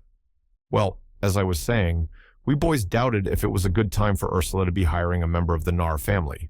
We were right. When the people found it out, they were naturally indignant. And moreover, since Margaret and Ursula hadn't enough to eat themselves, where was the money coming from to feed another mouth? That is what they wanted to know. And in order to find out, they stopped avoiding Gottfried and began to seek his society and have sociable conversations with him. He was pleased, not thinking any harm and not seeing the trap, and so he talked innocently along and was no discreeter than a cow. "Money," he said. "They've got plenty of it. They pay me 2 groschen a week, besides my keep. And they live on the fat of the land, I can tell you. The prince himself can't beat their table."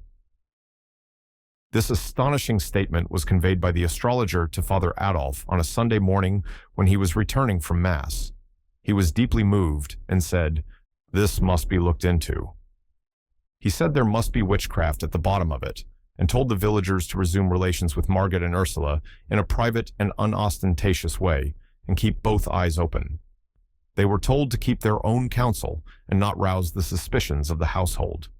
The villagers were at first a bit reluctant to enter such a dreadful place, but the priest said they would be under his protection while there, and no harm could come to them, particularly if they carried a trifle of holy water along and kept their beads and crosses handy. This satisfied them and made them willing to go. Envy and malice made the baser sort even eager to go. And so poor Margaret began to have company again, and was as pleased as a cat. She was like most anybody else, just human, and happy in her prosperities, and not averse from showing them off a little. And she was humanly grateful to have the warm shoulder turned to her and be smiled upon by her friends and the village again. For of all the hard things to bear, to be cut by your neighbors and left in contemptuous solitude is maybe the hardest. The bars were down, and we could all go there now, and we did, our parents and all, day after day. The cat began to strain herself. She provided the top of everything for those companies, and in abundance. Among them many a dish, and many a wine, which they had not tasted before, and which they had not even heard of, except at second hand from the prince's servants.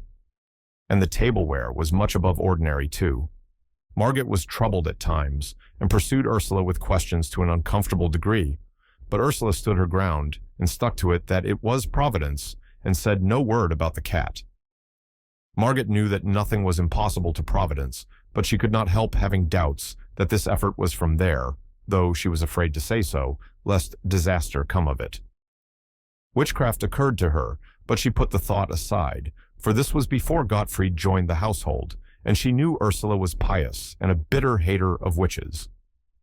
By the time Gottfried arrived, Providence was established, unshakably entrenched, and getting all the gratitude. The cat made no murmur, but went on composedly improving in style and prodigality by experience. In any community, big or little, there is always a fair proportion of people who are not malicious or unkind by nature, and who never do unkind things except when they are overmastered by fear, or when their self-interest is greatly in danger, or some such matter as that.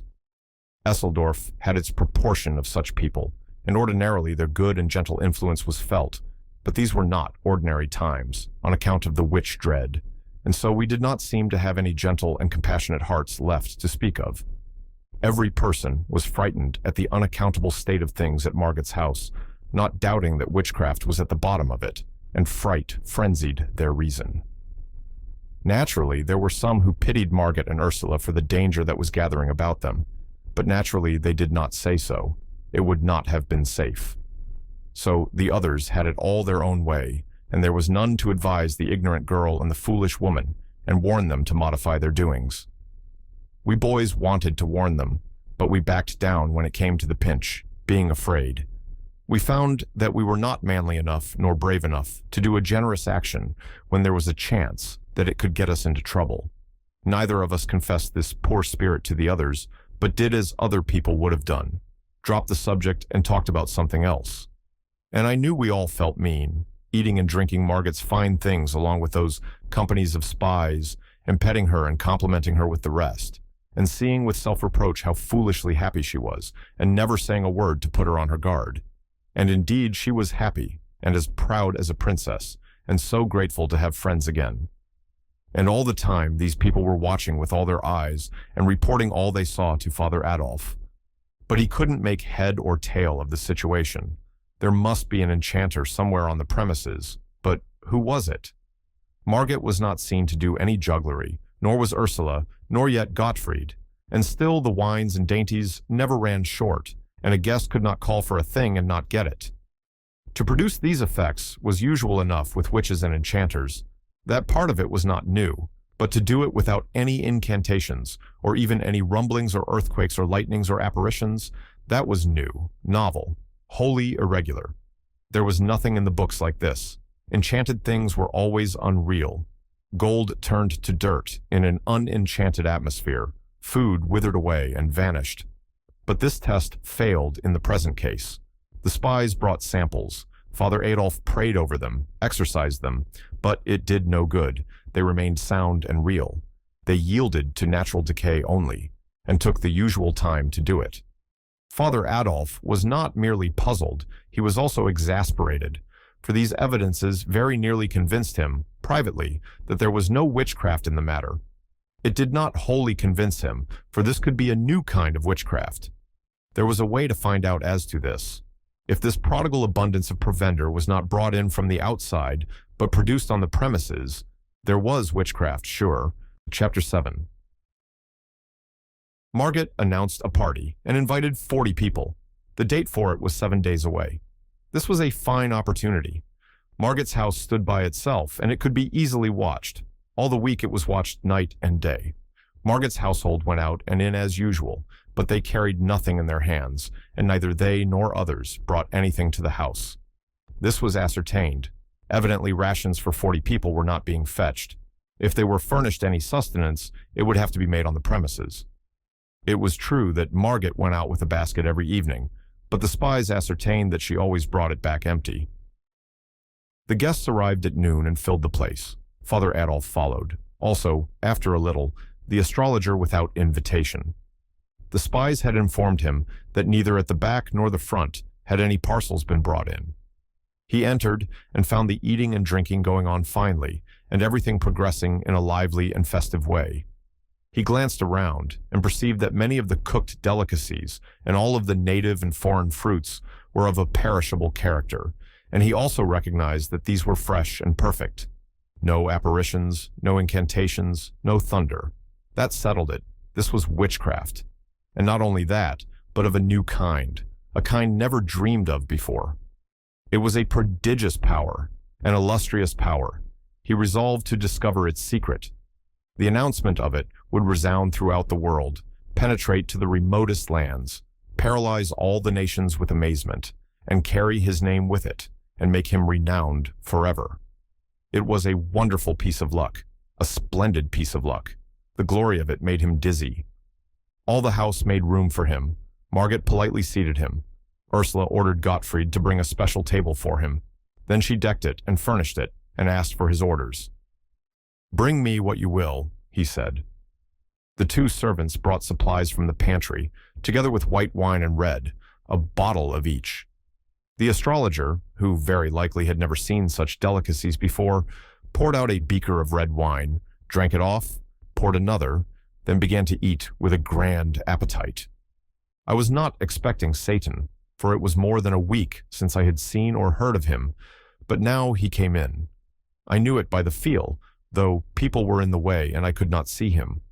I heard him apologizing for intruding, and he was going away, but Margit urged him to stay, and he thanked her and stayed. She brought him along, introducing him to the girls, and to Maidling, and to some of the elders, and there was quite a rustle of whispers. It's the young stranger we hear so much about and can't get sight of. He is away so much. Dear, dear, but he is beautiful. What is his name? Philip Traum. Ah, it fits him. You see, Traum is German for dream. What does he do? Studying for the ministry, they say. His face is his fortune. He'll be a cardinal someday. Where is his home? Away down somewhere in the tropics, they say. Has a rich uncle down there. And so on. He made his way at once. Everybody was anxious to know him and talk with him. Everybody noticed how cool and fresh it was all of a sudden, and wondered at it, for they could see that the sun was beating down the same as before, outside, and the sky was clear of clouds. But no one guessed the reason, of course. The astrologer had drunk his second beaker. He poured out a third. He set the bottle down, and by accident overturned it. He seized it before much was spilled, and held it up to the light, saying, "What a pity! It is royal wine." Then his face lighted with joy or triumph or something, and he said, "Quick, bring a bowl." It was brought, a 4-quart one. He took up that 2-pint bottle and began to pour, went on pouring, the red liquor gurgling and gushing into the white bowl and rising higher and higher up its sides, everybody staring and holding their breath, and presently the bowl was full to the brim. "Look at the bottle," he said, holding it up. "It is full yet." I glanced at Satan, and in that moment he vanished. Then Father Adolf rose up, flushed and excited, crossed himself, and began to thunder in his great voice, "This house is bewitched and accursed." People began to cry and shriek and crowd toward the door. I summoned this detected household to... His words were cut off short. His face became red, then purple, but he could not utter another sound. Then I saw Satan, a transparent film, melt into the astrologer's body. Then the astrologer put up his hand, and apparently in his own voice said, "Wait, remain where you are." All stopped where they stood. "Bring a funnel." Ursula brought it, trembling and scared, and he stuck it in the bottle and took up the great bowl and began to pour the wine back, the people gazing and dazed with astonishment, for they knew the bottle was already full before he began. He emptied the whole of the bowl into the bottle, then smiled out over the room, chuckled, and said indifferently, "It is nothing. Anybody can do it. With my powers, I can even do much more." A frightened cry burst out everywhere. "Oh my God, he is possessed!" And there was a tumultuous rush for the door, which swiftly emptied the house of all who did not belong in it, except us boys and maidling. We boys knew the secret and would have told it if we could, but we couldn't. We were very thankful to Satan for furnishing that good help at the needful time. Margaret was pale and crying. Maidling looked kind of petrified.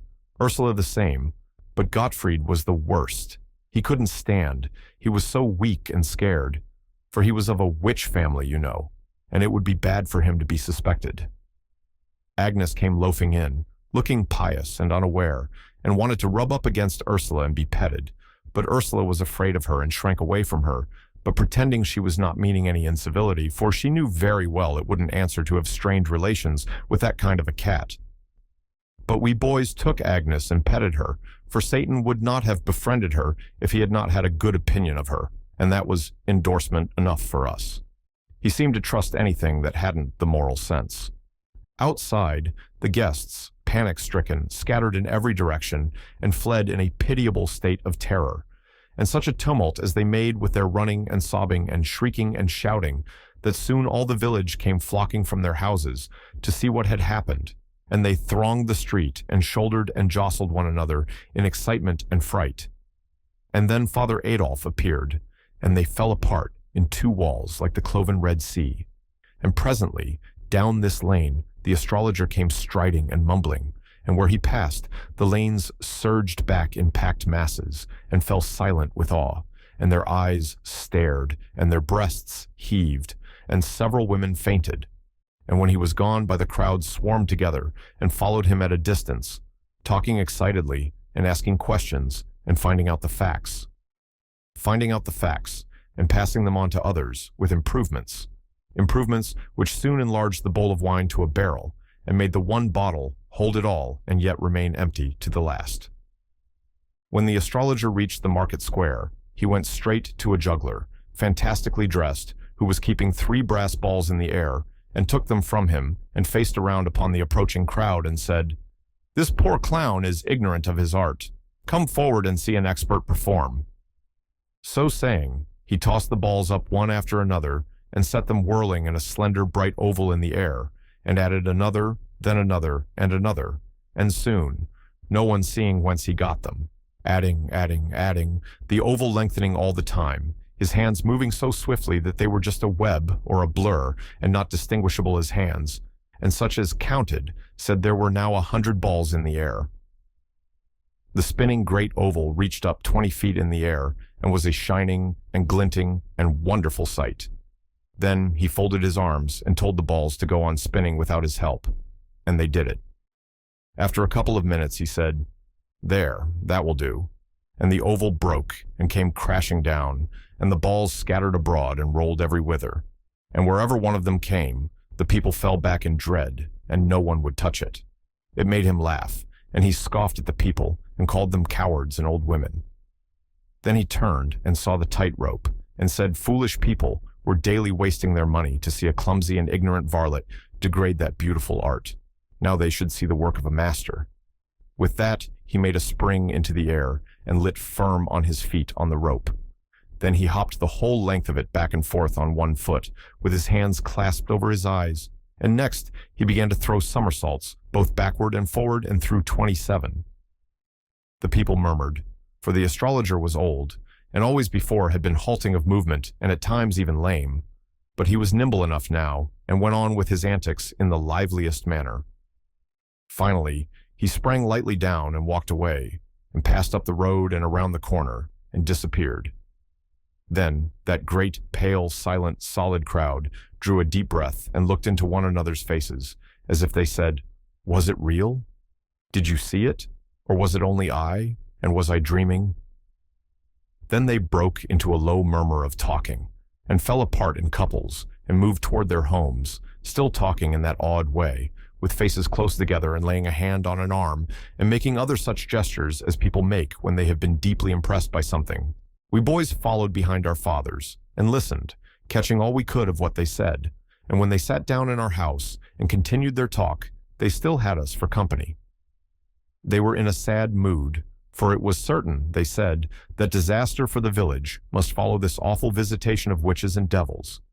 Then my father remembered that Father Adolf had been struck dumb at the moment of his denunciation. "They have not ventured to lay their hands upon an anointed servant of God before," he said, "and how they could have dared it this time I cannot make out, for he wore his crucifix. Isn't it so?" "Yes," said the others, "we saw it." "It is serious, friends, it is very serious. Always before we had a protection. It has failed." The others shook, as with a sort of chill, and muttered those words over, "It has failed. God has forsaken us." "It is true," said Seppi Vollmeyer's father, "there is nowhere to look for help." "The people will realize this," said Nicholas's father, the judge, "and despair will take away their courage and their energies. We have indeed fallen upon evil times." He sighed, and Vollmeyer said in a troubled voice, "The report of it all will go about the country, and our village will be shunned as being under the displeasure of God. The Golden Stag will know hard times." "True, neighbor," said my father, "all of us will suffer, all in repute, many in estate. And good God, what is it?" "That can come, to finish us." "Name it, Gottes Willen." "The interdict." It smote like a thunderclap, and they were like to swoon with the terror of it. Then the dread of this calamity roused their energies, and they stopped brooding and began to consider ways to avert it. They discussed this, that, and the other way, and talked till the afternoon was far spent, then confessed that at present they could arrive at no decision. So they parted sorrowfully, with oppressed hearts which were filled with bodings. While they were saying their parting words, I slipped out and set my course for Margot's house to see what was happening there. I met many people, but none of them greeted me. It ought to have been surprising, but it was not, for they were so distraught with fear and dread that they were not in their right minds, I think. They were white and haggard, and walked like persons in a dream, their eyes open but seeing nothing, their lips moving but uttering nothing, and worriedly clasping and unclasping their hands without knowing it. At Margit's, it was like a funeral. She and Wilhelm sat together on the sofa, but said nothing, and not even holding hands. Both were steeped in gloom, and Margit's eyes were red from the crying she had been doing. She said, "I have been begging him to go, and come no more, and so save himself alive. I cannot bear to be his murderer. This house is bewitched, and no inmate will escape the fire. But he will not go, and he will be lost with the rest." Wilhelm said he would not go. If there was danger for her, his place was by her, and there he would remain.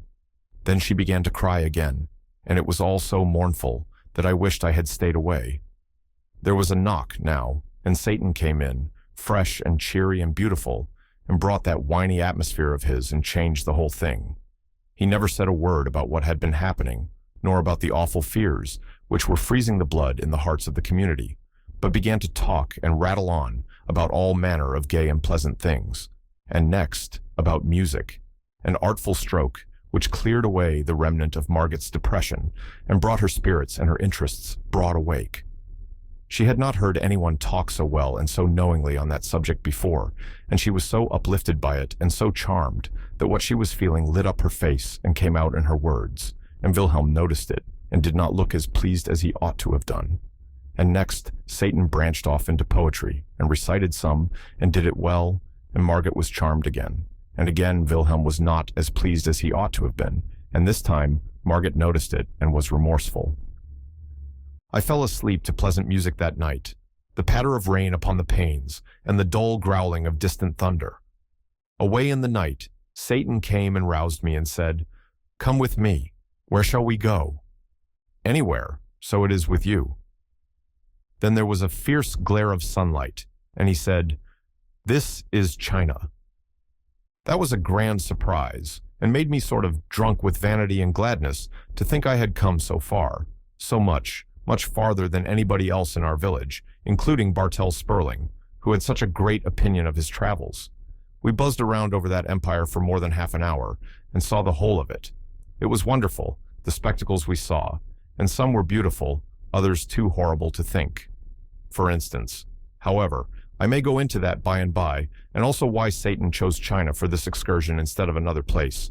It would interrupt my tale to do it now. Finally, we stopped flitting and lit. We sat upon a mountain commanding a vast landscape of mountain range and gorge and valley and plain and river, with cities and villages slumbering in the sunlight and a glimpse of blue sea on the farther verge. It was a tranquil and dreamy picture, beautiful to the eye and restful to the spirit. If we could only make a change like that whenever we wanted to, the world would be easier to live in than it is, for change of scene shifts the mind's burdens to the other shoulder and banishes old, shop-worn wearinesses from mind and body both. We talked together, and I had the idea of trying to reform Satan and persuade him to lead a better life.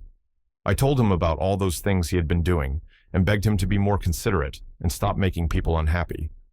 I said I knew he did not mean any harm, but that he ought to stop and consider the possible consequences of a thing before launching it in that impulsive and random way of his.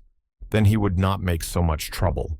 He was not hurt by this plain speech. He only looked amused and surprised and said, "What, I do random things? Indeed, I never do. I stop and consider possible consequences. Where is the need? I know what the consequences are going to be, always." "Oh, Satan, then how could you do these things?" "Well, I will tell you, and you must understand if you can. You belong to a singular race. Every man is a suffering machine and a happiness machine combined. The two functions work together harmoniously, with a fine and delicate precision on the give and take principle. For every happiness turned out in the one department, the other stands ready to modify it with a sorrow or a pain, maybe a dozen. In most cases, the man's life is about equally divided between happiness and unhappiness. When this is not the case, the unhappiness predominates, always, never the other. Sometimes a man's make and disposition are such that his misery machine is able to do nearly all the business. Such a man goes through life almost ignorant of what happiness is. Everything he touches, Everything he does brings a misfortune upon him. You have seen such people. To that kind of a person, life is not an advantage, is it? It is only a disaster. Sometimes for an hour's happiness, a man's machinery makes him pay years of misery. Don't you know that? It happens every now and then. I will give you a case or two presently. Now, the people of your village are nothing to me. You know that, don't you? I did not like to speak out too flatly, so I said I had suspected it. Well, it is true that they are nothing to me. It is not possible that they should be. The difference between them and me is abysmal, immeasurable. They have no intellect. No intellect? Nothing that resembles it. At a future time, I will examine what man calls his mind and give you the details of that chaos. Then you will see and understand. Men have nothing in common with me. There is no point of contact. They have foolish little feelings and foolish little vanities and impertinences and ambitions. Their foolish little life is but a laugh, a sigh, an extinction, and they have no sense. Only the moral sense. I will show you what I mean. Here is a red spider, not so big as a pin's head. Can you imagine an elephant being interested in him, caring whether he is happy or isn't, or whether he is wealthy or poor, or whether his sweetheart returns his love or not, or whether his mother is sick or well, or whether he is looked up to in society or not, or whether his enemies will smite him, or his friends desert him, or whether his hopes will suffer blight, or his political ambitions fail, or whether he shall die in the bosom of his family, or neglected and despised in a foreign land? These things can never be important to the elephant. They are nothing to him. He cannot shrink his sympathies to the microscopic size of them. Man is to me as the red spider is to the elephant. The elephant has nothing against the spider. He cannot get down to that remote level. I have nothing against man. The elephant is indifferent. I am indifferent. The elephant would not take the trouble to do the spider an ill turn. If he took the notion, he might do him a good turn, if it came in his way and cost nothing. I have done men good service, but no ill turns. The elephant lives a century, the red spider a day. In power, intellect, and dignity, the one creature is separated from the other by a distance which is simply astronomical. Yet in these, as in all qualities, man is immeasurably further below me than is the wee spider below the elephant. Man's mind, clumsily and tediously and laboriously, patches little trivialities together and gets a result, such as it is. My mind creates. Do you get the force of that? Creates anything it desires, and in a moment. Creates without material, creates fluids, solids, colors, anything, everything, out of the airy nothing, which is called thought. A man imagines a silk thread, imagines a machine to make it, imagines a picture, then by weeks of labor embroiders it on canvas with the thread. I think the whole thing, and in a moment it is before you, created. I think a poem, music, the record of a game of chess, anything, and it is there. This is the immortal mind. Nothing is beyond its reach. Nothing can obstruct my vision. The rocks are transparent to me, and darkness is daylight. I do not need to open a book. I take the whole of its contents into my mind at a single glance, through the cover, and in a million years I could not forget a single word of it or its place in the volume. Nothing goes on in the skull of man, bird, fish, insect, or other creature which can be hidden from me. I pierce the learned man's brain with a single glance, and the treasures which cost him 80 years to accumulate are mine. He can forget, and he does forget, but I retain. Now then, I perceive by your thoughts that you are understanding me fairly well. Let us proceed. Circumstances might so fall out that the elephant could like the spider, supposing he can see it, but he could not love it. His love is for his own kind, for his equals. An angel's love is sublime, adorable, divine, beyond the imagination of man, infinitely beyond it. But it is limited to his own august order. If it fell upon one of your race for only an instant, it would consume its object to ashes. No, we cannot love men, but we can be harmlessly indifferent to them. We can also like them sometimes. I like you and the boys. I like Father Peter, and for your sakes, I am doing all these things for the villagers. He saw that I was thinking a sarcasm, and he explained his position. I have wrought well for the villagers, though it does not look like it on the surface. Your race never know good fortune from ill. They are always mistaking the one for the other. It is because they cannot see into the future. What I am doing for the villagers will bear good fruit someday, in some cases to themselves, in others to unborn generations of men. No one will ever know that I was the cause, but it will be none the less true for all that. Among you boys, you have a game. You stand a row of bricks on end a few inches apart, you push a brick, it knocks its neighbor over, the neighbor knocks over the next brick, and so on till all the row is prostrate. That is human life. A child's first act knocks over the initial brick, and the rest will follow inexorably. If you could see into the future, as I can, you would see everything that was going to happen to that creature, for nothing can change the order of its life after the first event has determined it. That is, nothing will change it, because each act unfailingly begets an act. That act begets another, and so on to the end, and the seer can look forward down the line and see just when each act is to have birth from cradle to grave. Does God order the career? Foreordain it? Number. The man's circumstances and environment order it. His first act determines the second and all that follow after. But suppose, for argument's sake, that the man should skip one of these acts, an apparently trifling one, for instance. Suppose that it had been appointed that on a certain day, at a certain hour and minute and second and fraction of a second, he should go to the well, and he didn't go. That man's career would change utterly from that moment. Thence to the grave, it would be wholly different from the career which his first act as a child had arranged for him. Indeed, it might be that if he had gone to the well, he would have ended his career on a throne, and that omitting to do it would set him upon a career that would lead to beggary and a pauper's grave. For instance, if at any time, say in boyhood, Columbus had skipped the triflingest little link in the chain of acts projected and made inevitable by his first childish act, it would have changed his whole subsequent life, and he would have become a priest and died obscure in an Italian village, and America would not have been discovered for 2 centuries afterward. I know this. To skip any one of the billion acts in Columbus's chain would have wholly changed his life. I have examined his billion of possible careers, and in only one of them occurs the discovery of America. You people do not suspect that all of your acts are of one size and importance, but it is true. To snatch at an appointed fly is as big with fate for you as is any other appointed act. As the conquering of a continent, for instance? Yes. Now then, no man ever does drop a link. The thing has never happened. Even when he is trying to make up his mind as to whether he will do a thing or not, that itself is a link, an act, and has its proper place in his chain. And when he finally decides an act, that also was the thing which he was absolutely certain to do. You see now that a man will never drop a link in his chain. He cannot. If he made up his mind to try, that project would itself be an unavoidable link, a thought bound to occur to him at that precise moment and made certain by the first act of his babyhood. It seemed so dismal. He is a prisoner for life, I said sorrowfully, and cannot get free. No, of himself he cannot get away from the consequences of his first childish act. But I can free him. I looked up wistfully.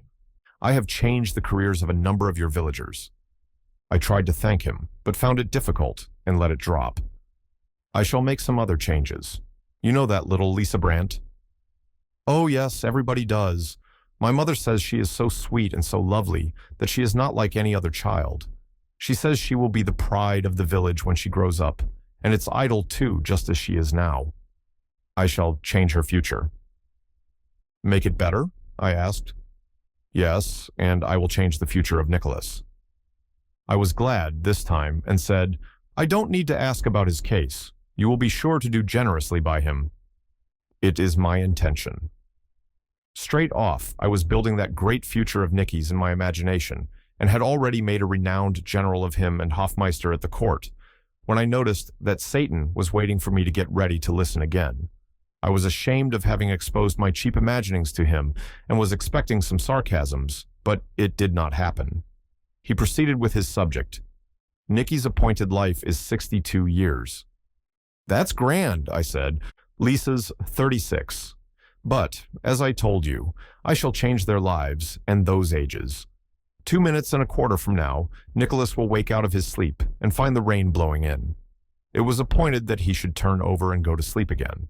But I have appointed that he shall get up and close the window first. That trifle will change his career entirely. He will rise in the morning 2 minutes later than the chain of his life had appointed him to rise. By consequence, thenceforth, nothing will ever happen to him in accordance with the details of the old chain. He took out his watch and sat looking at it a few moments, then said, Nicholas has risen to close the window. His life is changed. His new career has begun. There will be consequences. It made me feel creepy. It was uncanny. But for this change, certain things would happen 12 days from now. For instance, Nicholas would save Lisa from drowning.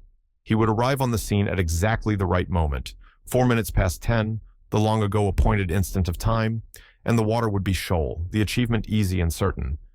But he will arrive some seconds too late now. Lisa will have struggled into deeper water. He will do his best, but both will drown.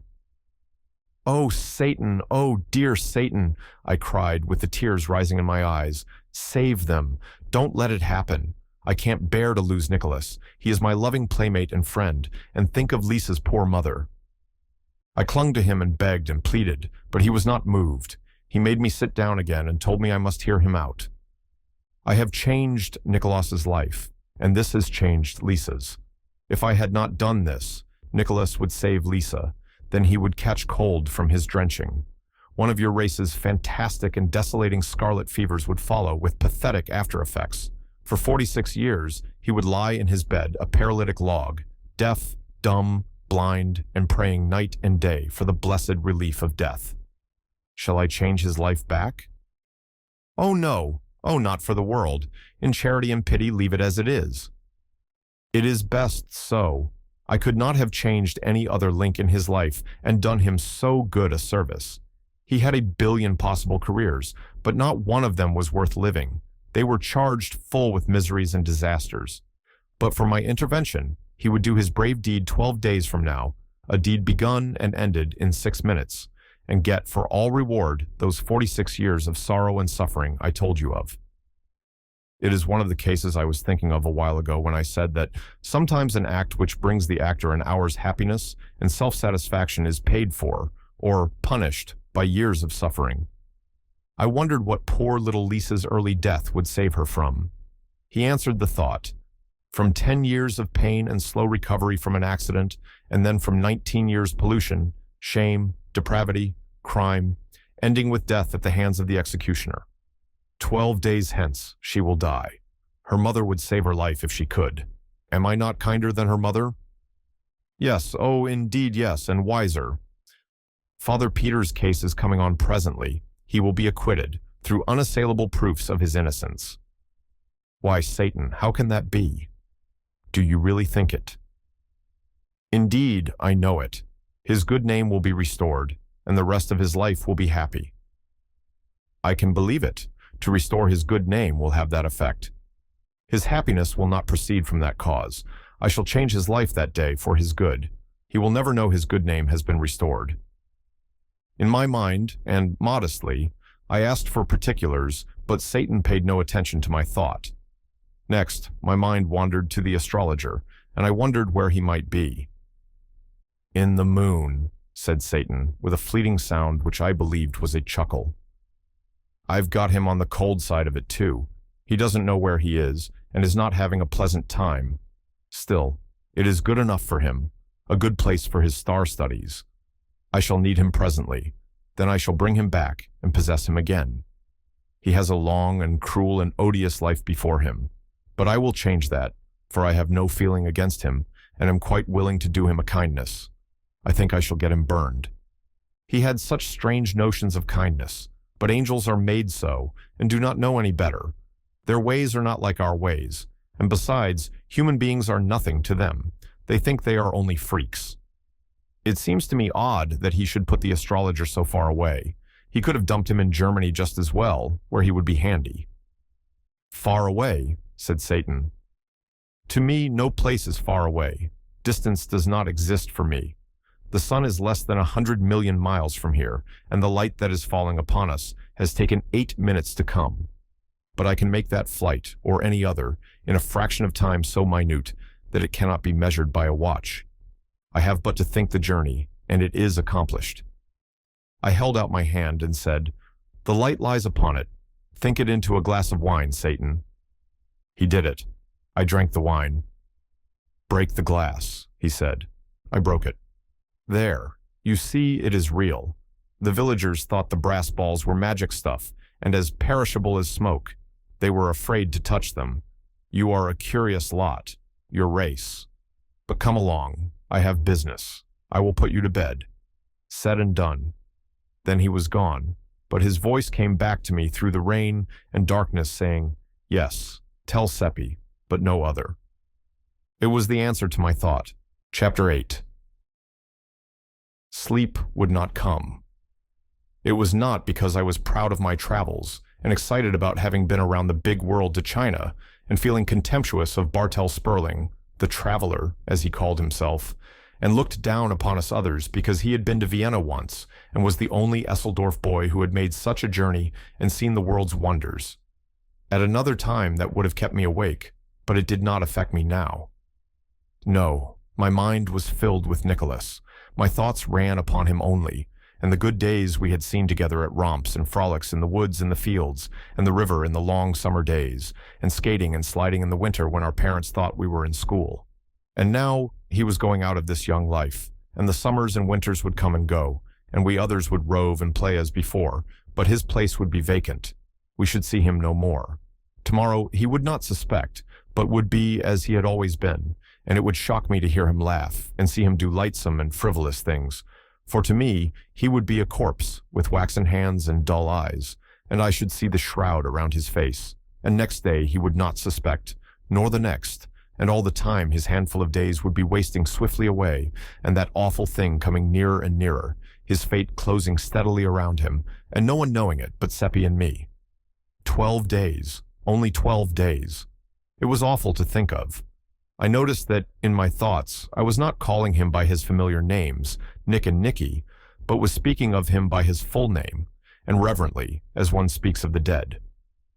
Also, as incident after incident of our comradeship came thronging into my mind out of the past, I noticed that they were mainly cases where I had wronged him or hurt him, and they rebuked me and reproached me, and my heart was wrung with remorse, just as it is when we remember our unkindnesses to friends who have passed beyond the veil, and we wish we could have them back again, if only for a moment, so that we could go on our knees to them and say, "Have pity and forgive." Once, when we were 9 years old, he went a long errand of nearly 2 miles for the fruiterer, who gave him a splendid big apple for reward, and he was flying home with it, almost beside himself, with astonishment and delight. And I met him, and he let me look at the apple, not thinking of treachery, and I ran off with it, eating it as I ran, he following me and begging. And when he overtook me, I offered him the core, which was all that was left, and I laughed. Then he turned away, crying, and said he had meant to give it to his little sister. That smote me, for she was slowly getting well of a sickness, and it would have been a proud moment for him to see her joy and surprise and have her caresses. But I was ashamed to say I was ashamed, and only said something rude and mean, to pretend I did not care, and he made no reply in words, but there was a wounded look in his face as he turned away toward his home, which rose before me many times in after years, in the night, and reproached me and made me ashamed again. It had grown dim in my mind, by and by, then it disappeared, but it was back now, and not dim. Once at school, when we were 11, I upset my ink and spoiled 4 copybooks, and was in danger of severe punishment, but I put it upon him, and he got the whipping. And only last year I had cheated him in a trade, giving him a large fish hook which was partly broken through for 3 small sound ones. The first fish he caught broke the hook, but he did not know I was blamable, and he refused to take back one of the small hooks which my conscience forced me to offer him, but said, "A trade is a trade. The hook was bad, but that was not your fault." No, I could not sleep. These little shabby wrongs upbraided me and tortured me, and with a pain much sharper than one feels when the wrongs have been done to the living. Nicholas was living, but no matter. He was to me as one already dead. The wind was still moaning about the eaves, the rain still pattering upon the panes. In the morning I sought out Seppi and told him. It was down by the river. His lips moved, but he did not say anything. He only looked dazed and stunned, and his face turned very white. He stood like that a few moments, the tears welling into his eyes. Then he turned away, and I locked my arm in his, and we walked along thinking, but not speaking. We crossed the bridge and wandered through the meadows and up among the hills and the woods. And at last the talk came and flowed freely, and it was all about Nicholas, and was a recalling of the life we had lived with him. And every now and then Seppi said, as if to himself, 12 days, less than 12 days. We said we must be with him all the time. We must have all of him we could. The days were precious now, yet we did not go to seek him. It would be like meeting the dead, and we were afraid. We did not say it, but that was what we were feeling. And so it gave us a shock when we turned a curve and came upon Nicholas face to face. He shouted gaily, "Hi, hi, what is the matter? Have you seen a ghost?" We couldn't speak, but there was no occasion. He was willing to talk for us all, for he had just seen Satan and was in high spirits about it. Satan had told him about our trip to China, and he had begged Satan to take him a journey, and Satan had promised. It was to be a far journey, and wonderful and beautiful, and Nicholas had begged him to take us too, but he said no, he would take us someday maybe, but not now. Satan would come for him on the 13th, and Nicholas was already counting the hours, he was so impatient. That was the fatal day. We were already counting the hours too. We wandered many a mile, always following paths, which had been our favorites from the days when we were little, and always we talked about the old times. All the blitheness was with Nicholas. We others could not shake off our depression. Our tone toward Nicholas was so strangely gentle and tender and yearning that he noticed it and was pleased, and we were constantly doing him deferential little offices of courtesy and saying, "Wait, let me do that for you." And that pleased him too. I gave him 7 fish hooks, all I had, and made him take them, and Seppi gave him his new knife and a humming top painted red and yellow. Atonements for swindles practiced upon him formerly, as I learned later, and probably no longer remembered by Nicholas now. These things touched him, and he could not have believed that we loved him so, and his pride in it and gratefulness for it cut us to the heart. We were so undeserving of them. When we parted at last, he was radiant, and said he had never had such a happy day. As we walked along homeward, Seppi said, "We always prized him, but never so much as now, when we are going to lose him." Next day and every day we spent all of our spare time with Nicholas, and also added to it time which we and he stole from work and other duties, and this cost the 3 of us some sharp scoldings and some threats of punishment. Every morning 2 of us woke with a start and a shudder, saying, as the days flew along, "Only 10 days left, only 9 days left, only 8, only 7. Always it was narrowing. Always Nicholas was gay and happy, and always puzzled because we were not. He wore his invention to the bone, trying to invent ways to cheer us up, but it was only a hollow success. He could see that our jollity had no heart in it, and that the laughs we broke into came up against some obstruction or other and suffered damage and decayed into a sigh. He tried to find out what the matter was so that he could help us out of our trouble or make it lighter by sharing it with us. So we had to tell many lies to deceive him and appease him. But the most distressing thing of all was that he was always making plans, and often they went beyond the 13th. Whenever that happened, it made us groan in spirit. All his mind was fixed upon finding some way to conquer our depression and cheer us up. And at last, when he had but 3 days to live, he fell upon the right idea and was jubilant over it. A boys and girls frolic and dance in the woods, up there where we first met Satan, and this was to occur on the 14th. It was ghastly, for that was his funeral day. We couldn't venture to protest. It would only have brought a why, which we could not answer. He wanted us to help him invite his guests, and we did it. One can refuse nothing to a dying friend. But it was dreadful, for really we were inviting them to his funeral. It was an awful 11 days, and yet, with a lifetime stretching back between today and then, they are still a grateful memory to me, and beautiful. In effect, they were days of companionship with one's sacred dead, and I have known no comradeship that was so close or so precious. We clung to the hours and the minutes, counting them as they wasted away, and parting with them with that pain and bereavement which a miser feels who sees his hoard filched from him, coin by robbers, and is helpless to prevent it. When the evening of the last day came, we stayed out too long. Seppi and I were in fault for that. We could not bear to part with Nicholas, so it was very late when we left him at his door. We lingered near a while, listening, and that happened, which we were fearing. His father gave him the promised punishment, and we heard his shrieks.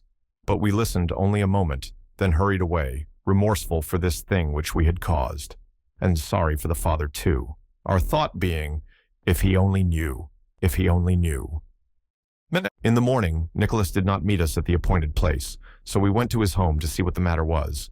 His mother said, "His father is out of all patience with these goings-on, and will not have any more of it. Half the time when Nick is needed, he is not to be found. Then it turns out that he has been gadding around with you two. His father gave him a flogging last night. It always grieved me before, and many's the time I have begged him off and saved him, but this time he appealed to me in vain, for I was out of patience myself." "I wish you had saved him just this one time," I said, my voice trembling a little. "It would ease a pain in your heart to remember it some day." She was ironing at the time, and her back was partly toward me. She turned about with a startled or wondering look in her face and said, "What do you mean by that?" I was not prepared and didn't know anything to say, so it was awkward, for she kept looking at me, but Seppi was alert and spoke up.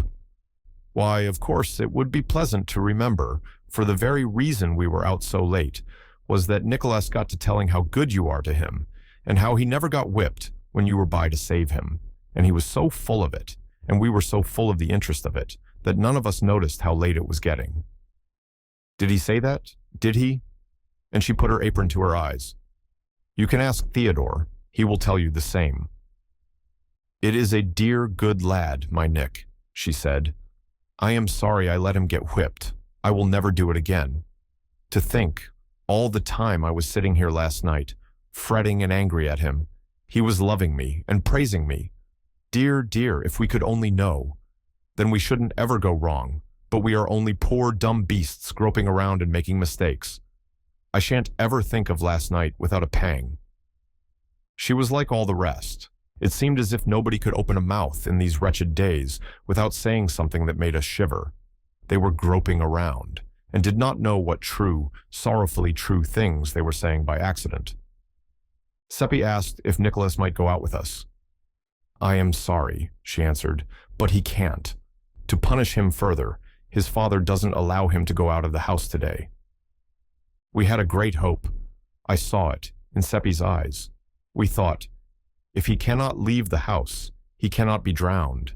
Seppi asked, to make sure, "Must he stay in all day or only the morning?" "All day. It's such a pity too. It's a beautiful day, and he is so unused to being shut up. But he is busy planning his party, and maybe that is company for him. I do hope he isn't too lonesome." Seppi saw that in her eye, which emboldened him to ask if we might go up and help him pass his time.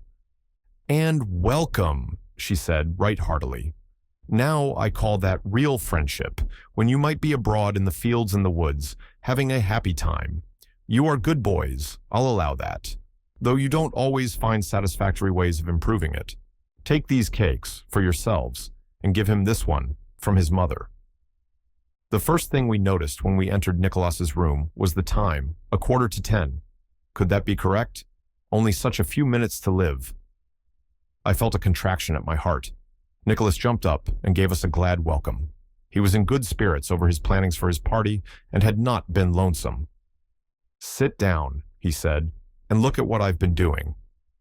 And I've finished a kite that you will say is a beauty. It's drying in the kitchen. I'll fetch it."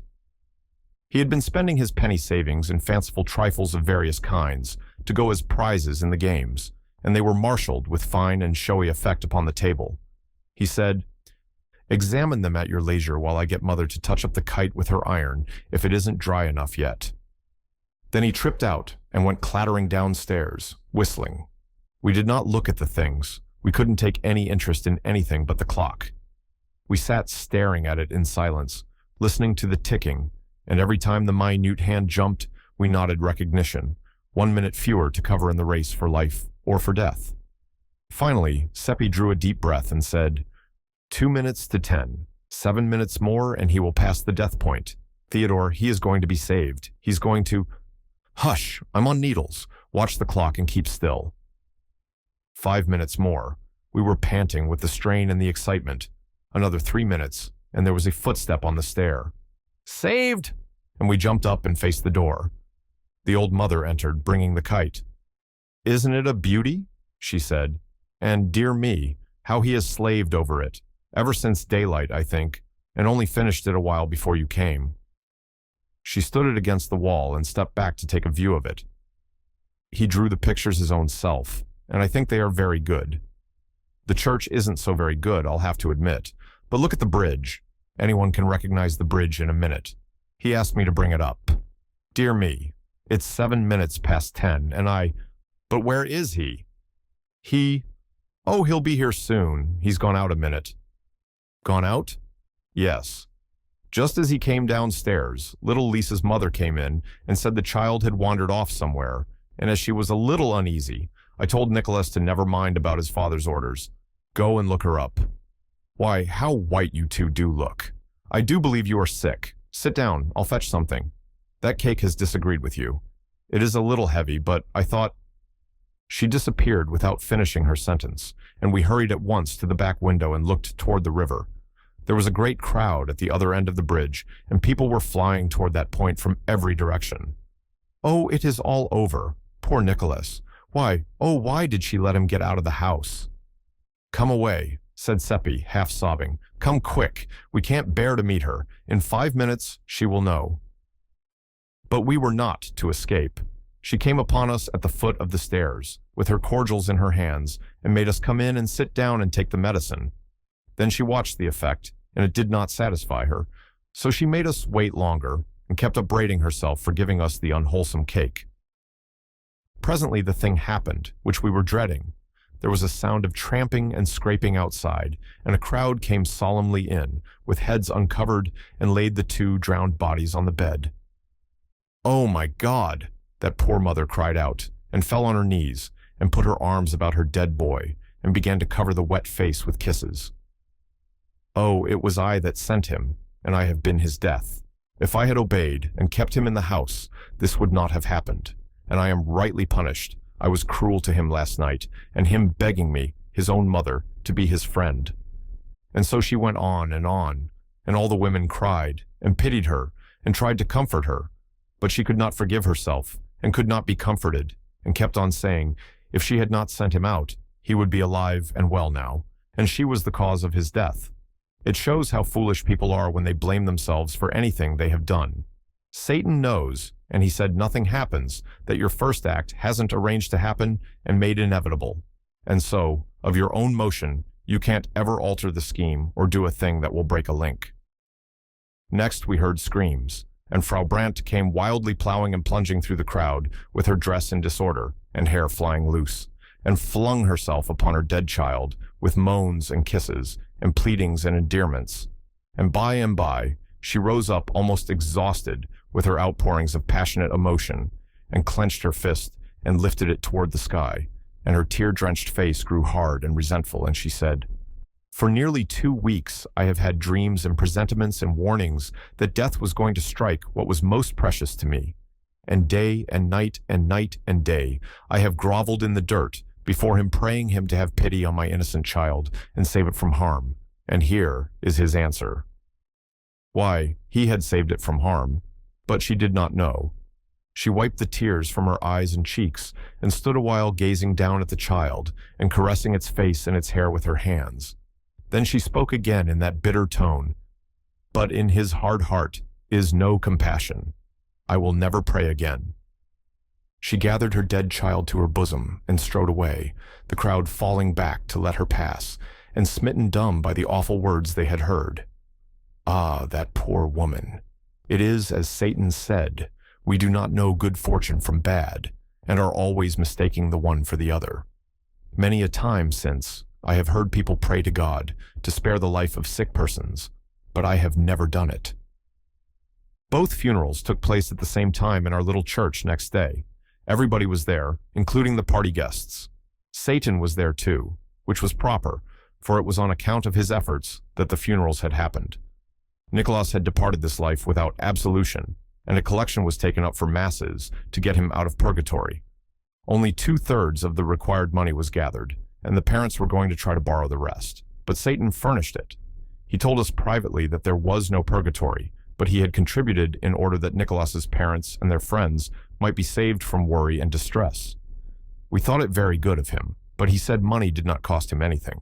At the graveyard, the body of little Lisa was seized for debt by a carpenter to whom the mother owed 50 groschen for work done the year before.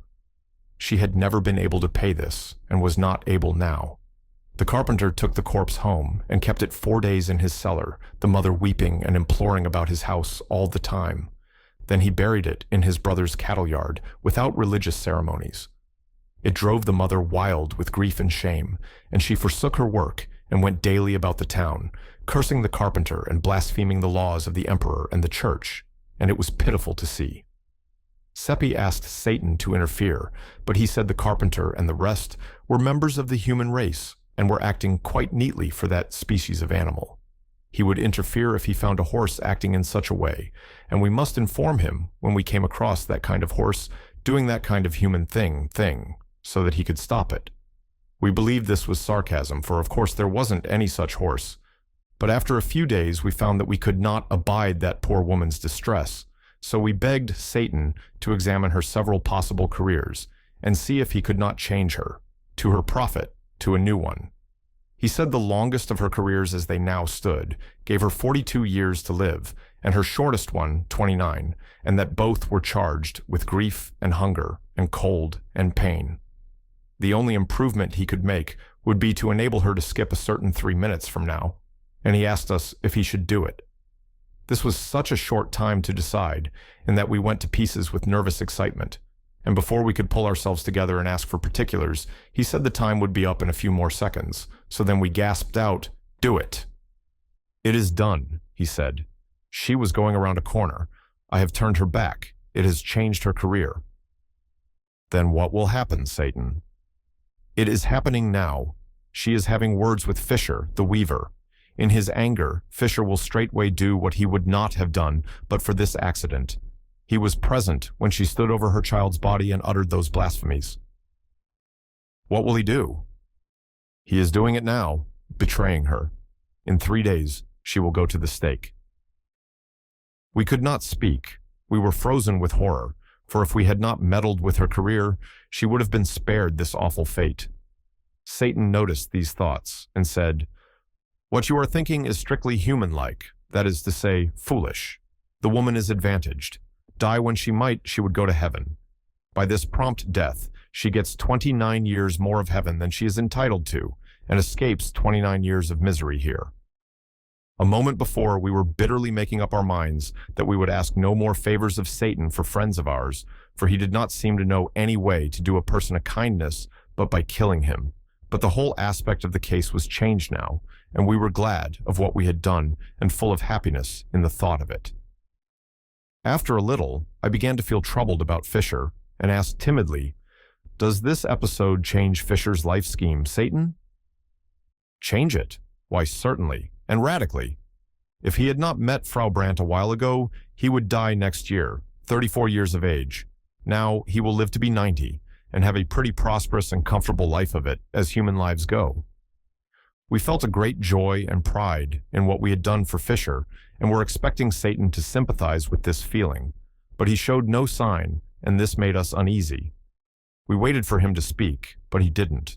So, to assuage our solicitude, we had to ask him if there was any defect in Fischer's good luck. Satan considered the question a moment, then said, with some hesitation, "Well, the fact is, it is a delicate point. Under his several former possible life careers, he was going to heaven." We were aghast. "Oh, Satan! And under this one—" "There, don't be so distressed. You were sincerely trying to do him a kindness. Let that comfort you." "Oh, dear, dear, that cannot comfort us. You ought to have told us what we were doing, then we wouldn't have acted so." But it made no impression on him. He had never felt a pain or a sorrow, and did not know what they were in any really informing way. He had no knowledge of them, except theoretically, that is to say, intellectually. And of course, that is no good. One can never get any but a loose and ignorant notion of such things except by experience. We tried our best to make him comprehend the awful thing that had been done and how we were compromised by it, but he couldn't seem to get hold of it. He said he did not think it important where Fischer went to. In heaven, he would not be missed. There were plenty there. We tried to make him see that he was missing the point entirely, that Fischer, and not other people, was the proper one to decide about the importance of it. But it all went for nothing. He said he did not care for Fischer. There were plenty more Fischers. The next minute, Fischer went by on the other side of the way, and it made us sick and faint to see him, remembering the doom that was upon him, and we the cause of it, and how unconscious he was that anything had happened to him. You could see by his elastic step and his alert manner that he was well satisfied with himself for doing that hard turn for poor Frau Brandt. He kept glancing back over his shoulder expectantly, and, sure enough, pretty soon Frau Brandt followed after, in charge of the officers and wearing jingling chains. A mob was in her wake, jeering and shouting, "Blasphemer and heretic," and some among them were neighbors and friends of her happier days. Some were trying to strike her, and the officers were not taking as much trouble as they might to keep them from it. "Oh, stop them, Satan!" It was out before we remembered that he could not interrupt them for a moment without changing their whole afterlives. He puffed a little puff toward them with his lips, and they began to reel and stagger and grab at the empty air. Then they broke apart and fled in every direction, shrieking as if in intolerable pain. He had crushed a rib of each of them with that little puff. We could not help asking if their life chart was changed. Yes, entirely. Some have gained years, some have lost them. Some few will profit in various ways by the change, but only that few. We did not ask if we had brought poor Fischer's luck to any of them. We did not wish to know. We fully believed in Satan's desire to do us kindnesses, but we were losing confidence in his judgment. It was at this time that our growing anxiety to have him look over our life charts and suggest improvements began to fade out and give place to other interests. For a day or two, the whole village was a chattering turmoil over Frau Brandt's case and over the mysterious calamity that had overtaken the mob, and at her trial, the place was crowded. She was easily convicted of her blasphemies, for she uttered those terrible words again and said she would not take them back. When warned that she was imperiling her life, she said they could take it in welcome. She did not want it. She would rather live with the professional devils in perdition than with these imitators in the village. They accused her of breaking all those ribs by witchcraft and asked her if she was not a witch. She answered scornfully, "Number, if I had that power, would any of you holy hypocrites be alive 5 minutes? No, I would strike you all dead. Pronounce your sentence and let me go. I am tired of your society." So they found her guilty, and she was excommunicated and cut off from the joys of heaven and doomed to the fires of hell. Then she was clothed in a coarse robe and delivered to the secular arm and conducted to the marketplace, the bell solemnly tolling the while. We saw her chained to the stake and saw the first film of blue smoke rise on the still air. Then her hard face softened, and she looked upon the packed crowd in front of her and said with gentleness, "We played together once, in long agone days when we were innocent little creatures. For the sake of that, I forgive you." We went away then, and did not see the fires consume her, but we heard the shrieks, although we put our fingers in our ears. When they ceased, we knew she was in heaven, notwithstanding the excommunication, and we were glad of her death and not sorry that we had brought it about. One day, a little while after this, Satan appeared again. We were always watching out for him, for life was never very stagnant when he was by. He came upon us at that place in the woods where we had first met him. Being boys, we wanted to be entertained. We asked him to do a show for us. "Very well," he said. "Would you like to see a history of the progress of the human race, its development of that product which it calls civilization?" We said we should. So, with a thought, he turned the place into the Garden of Eden, and we saw Abel praying by his altar. Then Cain came walking toward him with his club, and did not seem to see us, and would have stepped on my foot if I had not drawn it in. He spoke to his brother in a language which we did not understand. Then he grew violent and threatening, and we knew what was going to happen, and turned away our heads for the moment. But we heard the crash of the blows, and heard the shrieks and the groans. Then there was silence, and we saw Abel lying in his blood and gasping out his life, and Cain standing over him and looking down at him, vengeful and unrepentant. Then the vision vanished, and was followed by a long series of unknown wars, murders, and massacres. Next, we had the flood, and the ark tossing around in the stormy waters, with lofty mountains in the distance, showing veiled and dim through the rain. Satan said, "The progress of your race was not satisfactory. It is to have another chance now." The scene changed, and we saw Noah overcome with wine. Next, we had Sodom and Gomorrah, and the attempt to discover 2 or 3 respectable persons there, as Satan described it. Next, Lot and his daughters in the cave. Next came the Hebraic Wars, and we saw the victors massacre the survivors and their cattle, and save the young girls alive and distribute them around. Next we had Jael, and saw her slip into the tent and drive the nail into the temple of her sleeping guest, and we were so close that when the blood gushed out, it trickled in a little red stream to our feet, and we could have stained our hands in it if we had wanted to. Next we had Egyptian wars, Greek wars, Roman wars, hideous drenchings of the earth with blood. And we saw the treacheries of the Romans toward the Carthaginians, and the sickening spectacle of the massacre of those brave people.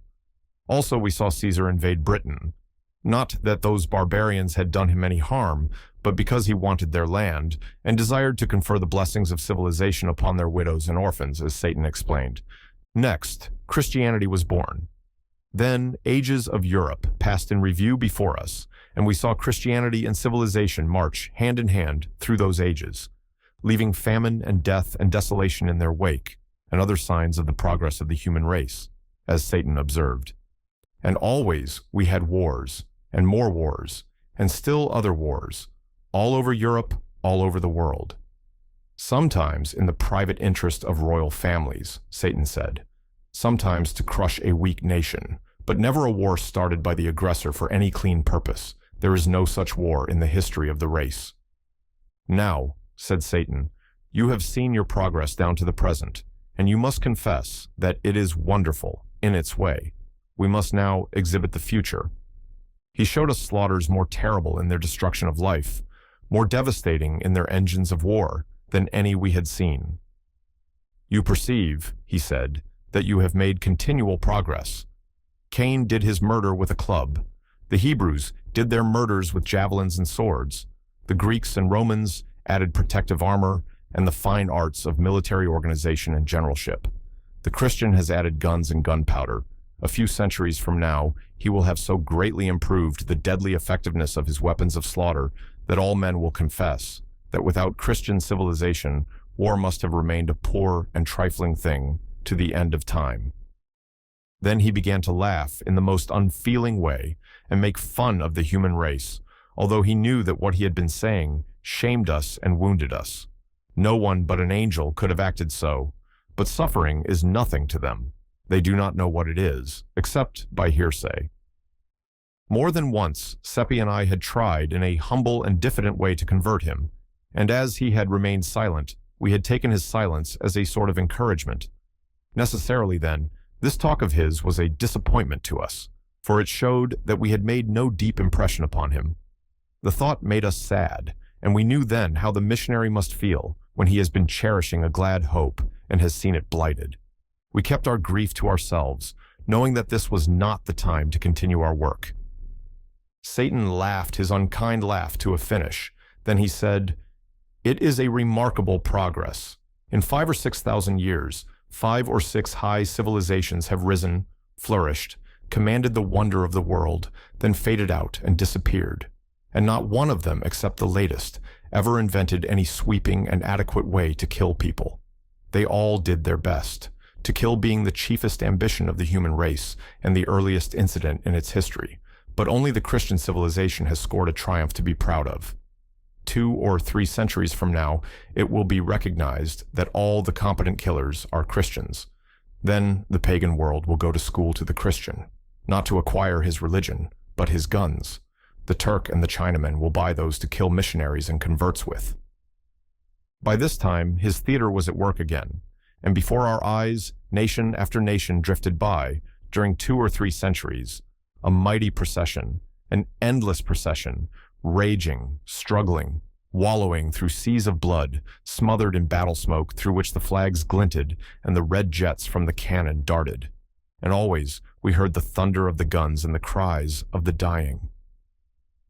"And what does it amount to?" said Satan with his evil chuckle. "Nothing at all. You gain nothing. You always come out where you went in. For 1,000,000 years, the race has gone on monotonously propagating itself and monotonously reperforming this dull nonsense. To what end? No wisdom can guess. Who gets a profit out of it? Nobody but a parcel of usurping little monarchs and nobilities who despise you, would feel defiled if you touched them, would shut the door in your face if you proposed to call, whom you slave for, fight for, die for, and are not ashamed of it, but proud, whose existence is a perpetual insult to you and you are afraid to resent it, who are mendicants supported by your alms, yet assume toward you the airs of benefactor toward beggar, who address you in the language of master to slave and are answered in the language of slave to master, who are worshipped by you with your mouth, while in your heart, if you have one, you despise yourselves for it. The first man was a hypocrite and a coward, qualities which have not yet failed in his line.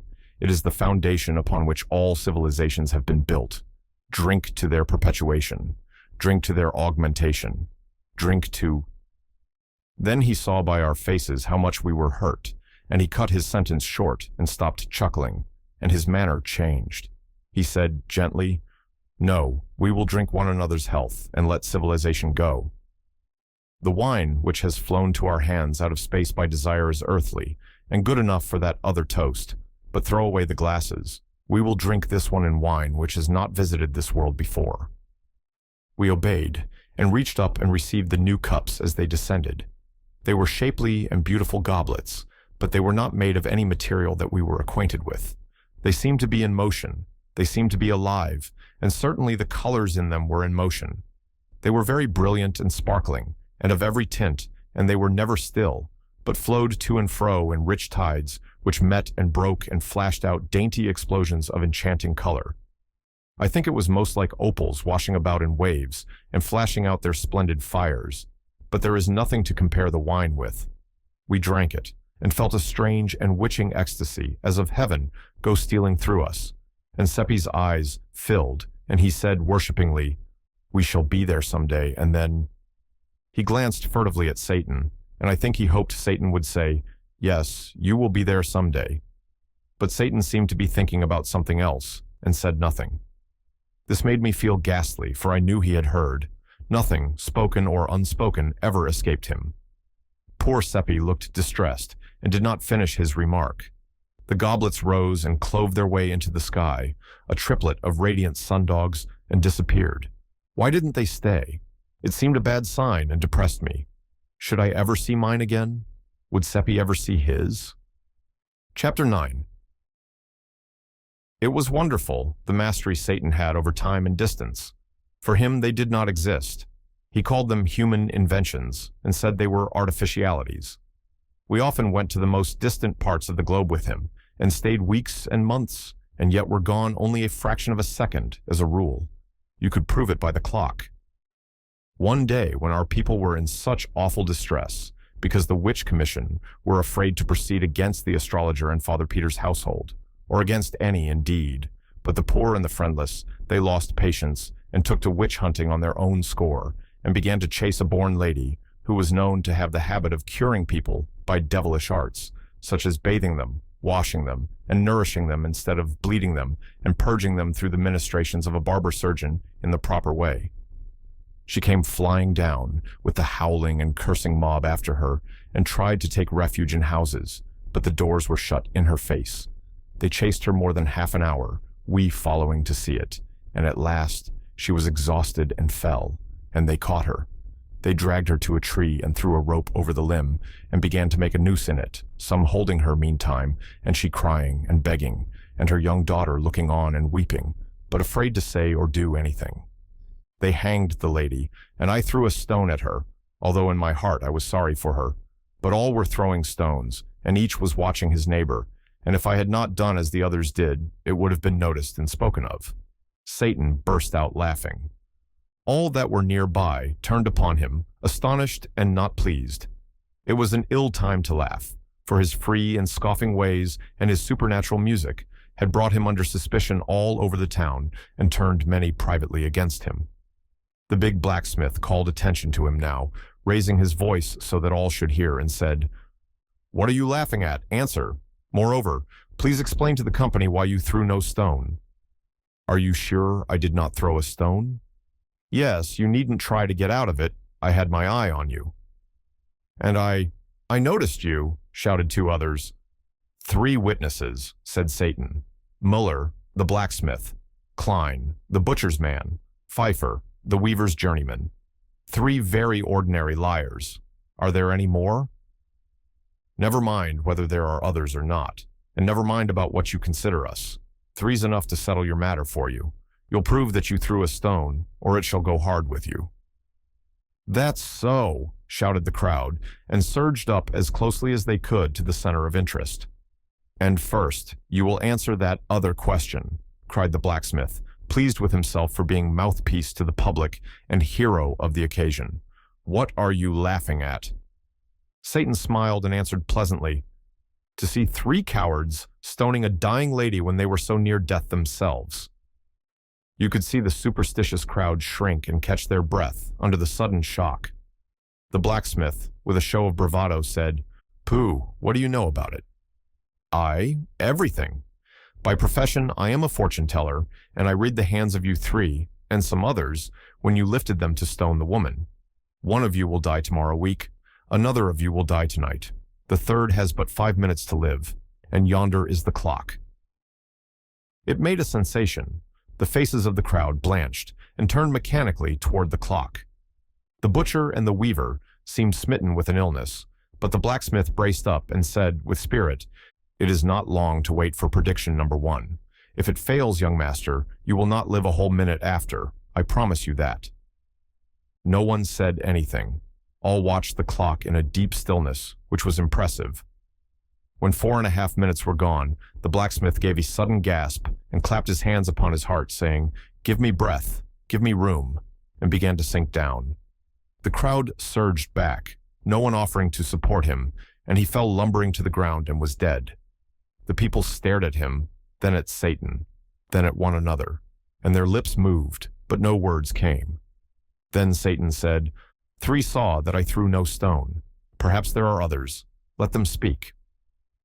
It struck a kind of panic into them, and although no one answered him, many began to violently accuse one another, saying, "You said he didn't throw," and getting for reply, "It is a lie, and I will make you eat it."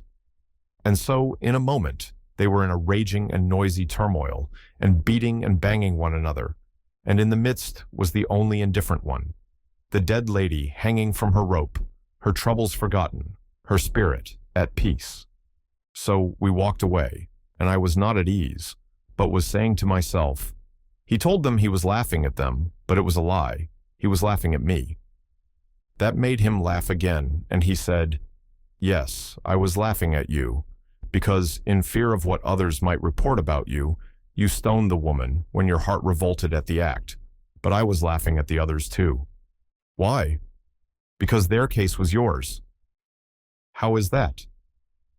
"Well, there were 68 people there, and 62 of them had no more desire to throw a stone than you had." "Satan! Oh, it's true. I know your race. It is made up of sheep.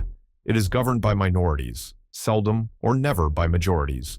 It suppresses its feelings and its beliefs, and follows the handful that makes the most noise. Sometimes the noisy handful is right, sometimes wrong, but no matter, the crowd follows it. The vast majority of the race, whether savage or civilized, are secretly kind-hearted and shrink from inflicting pain.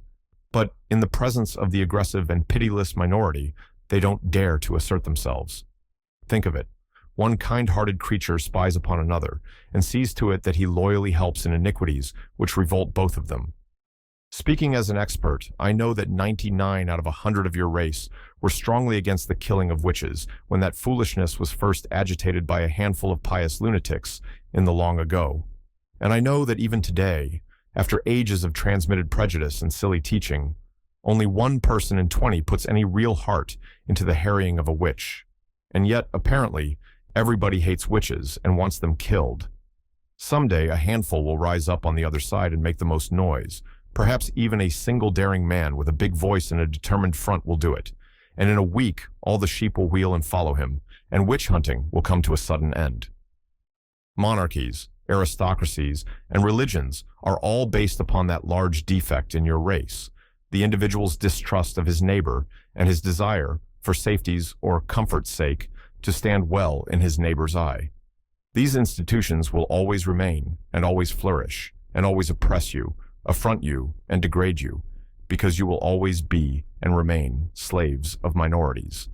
There was never a country where the majority of the people were in their secret hearts loyal to any of these institutions. I did not like to hear our race called sheep, and said I did not think they were. "Still, it is true, lamb," said Satan. "Look at you in war. What mutton you are, and how ridiculous." "In war? How?" "There has never been a just one, never an honorable one, on the part of the instigator of the war. I can see 1,000,000 years ahead, and this rule will never change in so many as half a dozen instances. The loud little handful, as usual, will shout for the war. The pulpit will, warily and cautiously, object at first. The great, big, dull bulk of the nation will rub its sleepy eyes and try to make out why there should be a war, and will say earnestly and indignantly, 'It is unjust and dishonorable, and there is no necessity for it.' Then the handful will shout louder. A few fair men on the other side will argue and reason against the war with speech and pen, and at first will have a hearing and be applauded. But it will not last long. Those others will outshout them, and presently the anti-war audiences will thin out and lose popularity. Before long you will see this curious thing: the speakers stoned from the platform, and free speech strangled by hordes of furious men who in their secret hearts are still at one with those stoned speakers, as earlier, but do not dare to say so. And now the whole nation, pulpit and all, will take up the war cry and shout itself hoarse and mob any honest man who ventures to open his mouth. And presently, such mouths will cease to open. Next, the statesman will invent cheap lies, putting the blame upon the nation that is attacked, and every man will be glad of those conscience-soothing falsities, and will diligently study them and refuse to examine any refutations of them. And thus, he will by and by convince himself that the war is just, and will thank God for the better sleep he enjoys after this process of grotesque self-deception. Chapter 10. Days and days went by now, and no Satan. It was dull without him. But the astrologer, who had returned from his excursion to the moon, went about the village, braving public opinion, and getting a stone in the middle of his back, now and then, when some witch-hater got a safe chance to throw it and dodge out of sight. Meantime, 2 influences had been working well for Margot. That Satan, who was quite indifferent to her, had stopped going to her house after a visit or two had hurt her pride, and she had set herself the task of banishing him from her heart. Reports of Wilhelm Meidling's dissipation, brought to her from time to time by old Ursula, had touched her with remorse, jealousy of Satan being the cause of it. And so now, these 2 matters working upon her together, she was getting a good profit out of the combination. Her interest in Satan was steadily cooling, her interest in Wilhelm as steadily warming. All that was needed to complete her conversion was that Wilhelm should brace up and do something that should cause favorable talk and incline the public toward him again. The opportunity came now. Margot sent and asked him to defend her uncle in the approaching trial, and he was greatly pleased, and stopped drinking and began his preparations with diligence. With more diligence than hope, in fact, for it was not a promising case. He had many interviews in his office with Seppi and me, and threshed out our testimony pretty thoroughly, thinking to find some valuable grains among the chaff. But the harvest was poor, of course. If Satan would only come, that was my constant thought. He could invent some way to win the case, for he had said it would be won, so he necessarily knew how it could be done. But the days dragged on, and still he did not come. Of course, I did not doubt that it would be one, and that Father Peter would be happy for the rest of his life, since Satan had said so. Yet I knew I should be much more comfortable if he would come and tell us how to manage it. It was getting high time for Father Peter to have a saving change toward happiness, for by general report, he was worn out with his imprisonment and the ignominy that was burdening him, and was like to die of his miseries unless he got relief soon. At last, the trial came on, and the people gathered from all around to witness it, among them many strangers from considerable distances. Yes, everybody was there except the accused. He was too feeble in body for the strain, but Margaret was present, and keeping up her hope and her spirit the best she could. The money was present too. It was emptied on the table, and was handled and caressed and examined by such as were privileged. The astrologer was put in the witness box. He had on his best hat and robe for the occasion. Question: You claim that this money is yours? Answer: I do. Q: How did you come by it? A: I found the bag in the road when I was returning from a journey. Q: When? A: More than 2 years ago. Q: What did you do with it? A: I brought it home and hid it in a secret place in my observatory, intending to find the owner if I could. Q: You endeavored to find him? A: I made diligent inquiry during several months, but nothing came of it. Question: And then? A: I thought it not worthwhile to look further, and was minded to use the money in finishing the wing of the foundling asylum connected with the priory and nunnery. So I took it out of its hiding place and counted it to see if any of it was missing. And then... Q: Why do you stop? Proceed. A: I am sorry to have to say this, but just as I had finished and was restoring the bag to its place, I looked up, and there stood Father Peter behind me. Several murmured, "That looks bad," but others answered, "Ah, but he is such a liar." Q: That made you uneasy? A: No, I thought nothing of it at the time, for Father Peter often came to me unannounced to ask for a little help in his need. Margaret blushed crimson at hearing her uncle falsely, and impudently charged with begging, especially from one he had always denounced as a fraud, and was going to speak, but remembered herself in time and held her peace. Question: Proceed. A: In the end, I was afraid to contribute the money to the foundling asylum, but elected to wait yet another year and continue my inquiries. When I heard of Father Peter's find, I was glad, and no suspicion entered my mind. When I came home a day or two later and discovered that my own money was gone, I still did not suspect until 3 circumstances connected with Father Peter's good fortune struck me as being singular coincidences. Q: Pray name them. A: Father Peter had found his money in a path. I had found mine in a road. Father Peter's find consisted exclusively of gold ducats, mine also. Father Peter found 1,107 ducats, I exactly the same. This closed his evidence, and certainly it made a strong impression on the house. One could see that. Wilhelm Meidling asked him some questions, then called us boys, and we told our tale. It made the people laugh, and we were ashamed. We were feeling pretty badly anyhow, because Wilhelm was hopeless, and showed it. He was doing as well as he could, poor young fellow, but nothing was in his favor, and such sympathy as there was now plainly not with his client. It might be difficult for court and people to believe the astrologer's story, considering his character, but it was almost impossible to believe Father Peter's. We were already feeling badly enough, but when the astrologer's lawyer said he believed he would not ask us any questions, for our story was a little delicate and it would be cruel for him to put any strain upon it, everybody tittered, and it was almost more than we could bear. Then he made a sarcastic little speech and got so much fun out of our tale, and it seemed so ridiculous and childish and every way impossible and foolish that it made everybody laugh till the tears came. And at last, Margaret could not keep up her courage any longer, but broke down and cried, and I was so sorry for her. Now I noticed something that braced me up. It was Satan standing alongside of Wilhelm. And there was such a contrast. Satan looked so confident, had such a spirit in his eyes and face, and Wilhelm looked so depressed and despondent. We two were comfortable now, and judged that he would testify and persuade the bench and the people that black was white and white black, or any other color he wanted it. We glanced around to see what the strangers in the house thought of him, for he was beautiful, you know, stunning in fact. But no one was noticing him, so we knew by that he was invisible.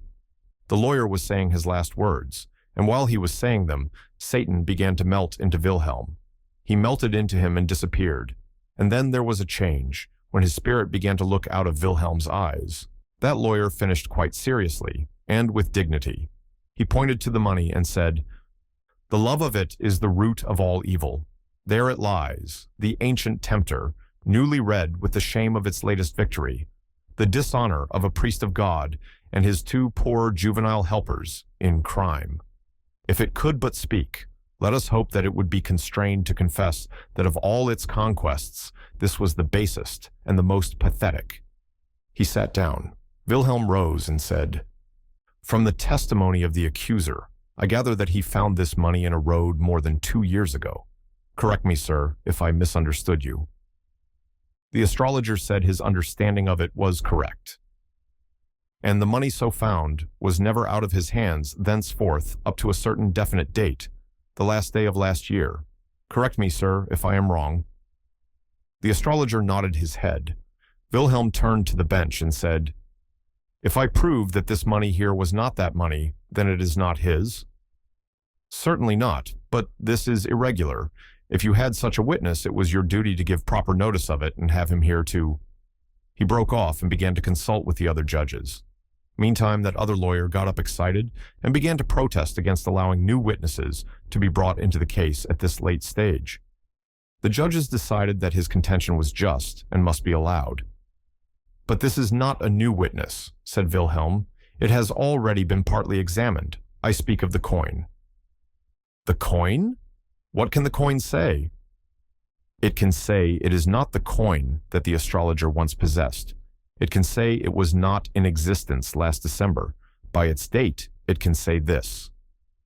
And it was so. There was the greatest excitement in the court, while that lawyer and the judges were reaching for coins and examining them and exclaiming.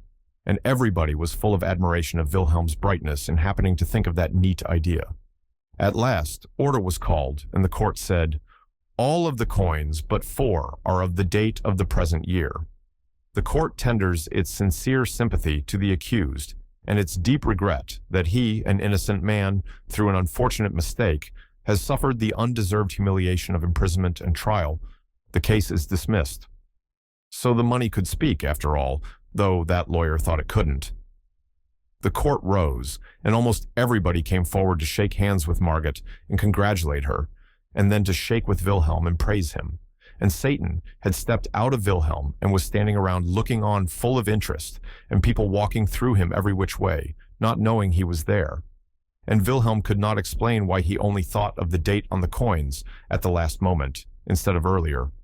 He said it just occurred to him all of a sudden, like an inspiration, and he brought it right out without any hesitation, for, although he didn't examine the coins, he seemed, somehow, to know it was true. That was honest of him, and like him. Another would have pretended he had thought of it earlier and was keeping it back for a surprise.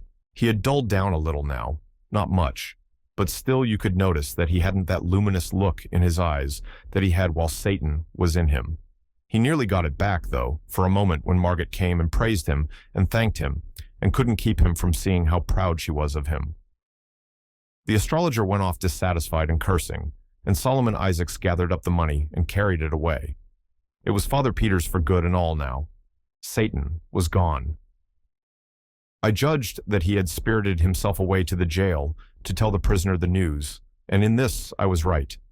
Margit and the rest of us hurried thither at our best speed, in a great state of rejoicing. Well, what Satan had done was this. He had appeared before that poor prisoner, exclaiming, "The trial is over, and you stand forever disgraced as a thief, by verdict of the court." The shock unseated the old man's reason. When we arrived, 10 minutes later, he was parading pompously up and down, and delivering commands to this and that and the other constable or jailer, and calling them Grand Chamberlain, and Prince this and Prince that, and Admiral of the Fleet, Field Marshal in command, and all such fustian, and was as happy as a bird. He thought he was emperor. Margit flung herself on his breast and cried, and indeed everybody was moved almost to heartbreak. He recognized Margit, but could not understand why she should cry. He patted her on the shoulder and said, "Don't do it, dear. Remember, there are witnesses, and it is not becoming in the crown princess. Tell me your trouble. It shall be mended. There is nothing the emperor cannot do." Then he looked around and saw old Ursula with her apron to her eyes. He was puzzled at that and said, "And what is the matter with you?"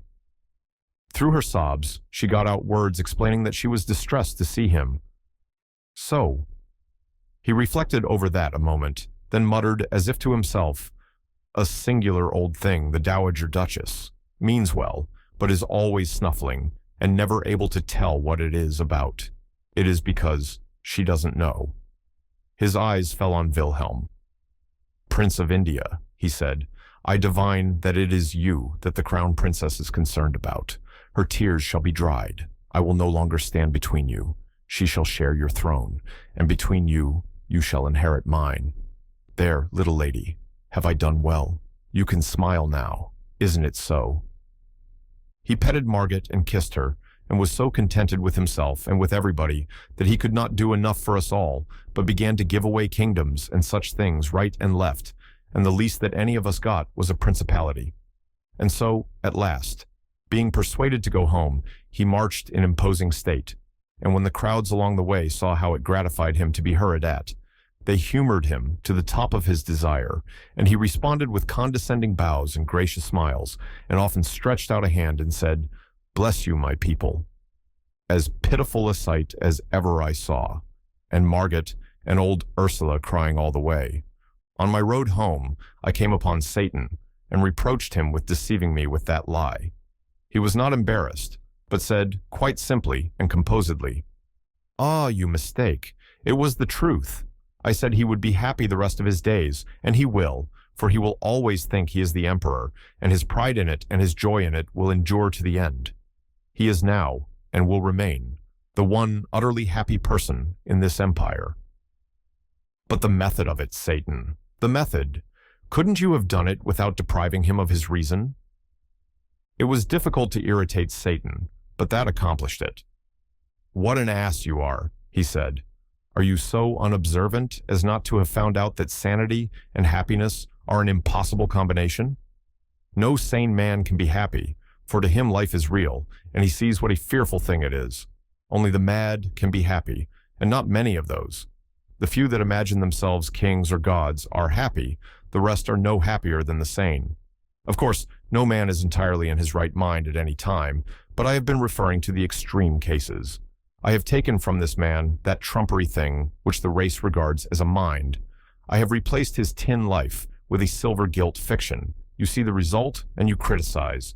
I said I would make him permanently happy, and I have done it. I have made him happy by the only means possible to his race, and you are not satisfied." He heaved a discouraged sigh and said, "It seems to me that this race is hard to please." There it was, you see. He didn't seem to know any way to do a person a favor, except by killing him or making a lunatic out of him. I apologized as well as I could, but privately I did not think much of his processes at that time. Satan was accustomed to say that our race lived a life of continuous and uninterrupted self-deception.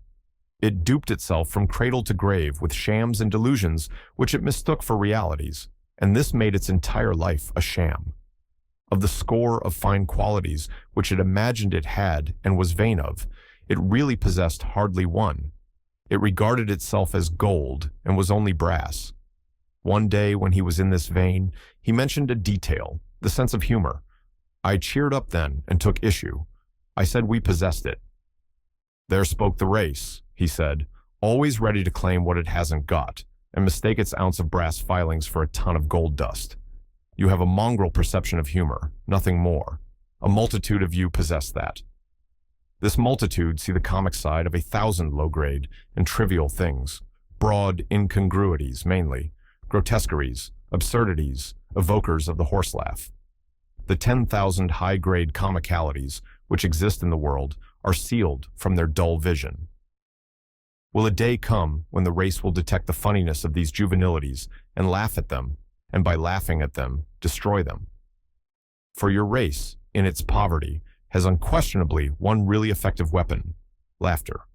Power, money, persuasion, supplication, Persecution. These can lift at a colossal humbug, push it a little, weaken it a little, century by century. But only laughter can blow it to rags and atoms at a blast. Against the assault of laughter, nothing can stand. You are always fussing and fighting with your other weapons. Do you ever use that one?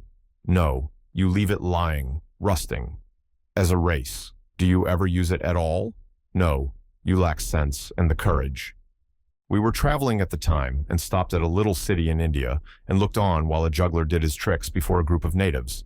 They were wonderful, but I knew Satan could beat that game, and I begged him to show off a little, and he said he would.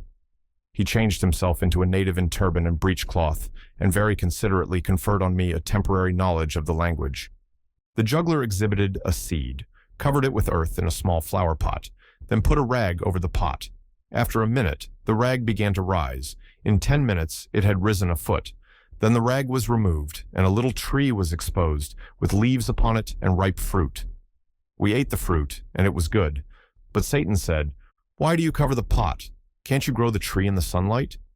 "No," said the juggler, "no one can do that. You are only an apprentice. You don't know your trade. Give me the seed. I will show you." He took the seed and said, "What shall I raise from it?" "It is a cherry seed. Of course you will raise a cherry." "Oh no, that is a trifle. Any novice can do that. Shall I raise an orange tree from it?"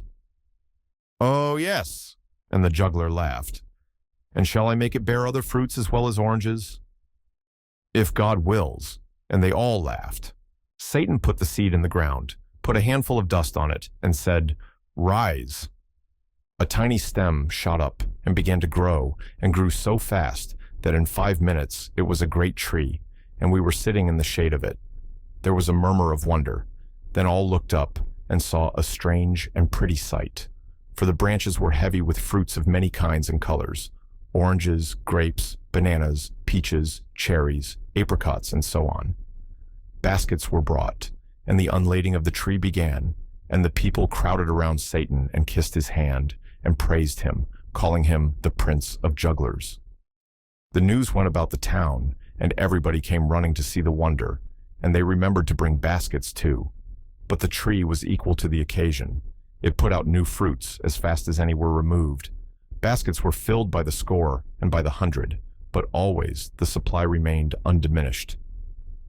At last, a foreigner in white linen and sun helmet arrived and exclaimed angrily, "Away from here! Clear out, you dogs! The tree is on my lands and is my property."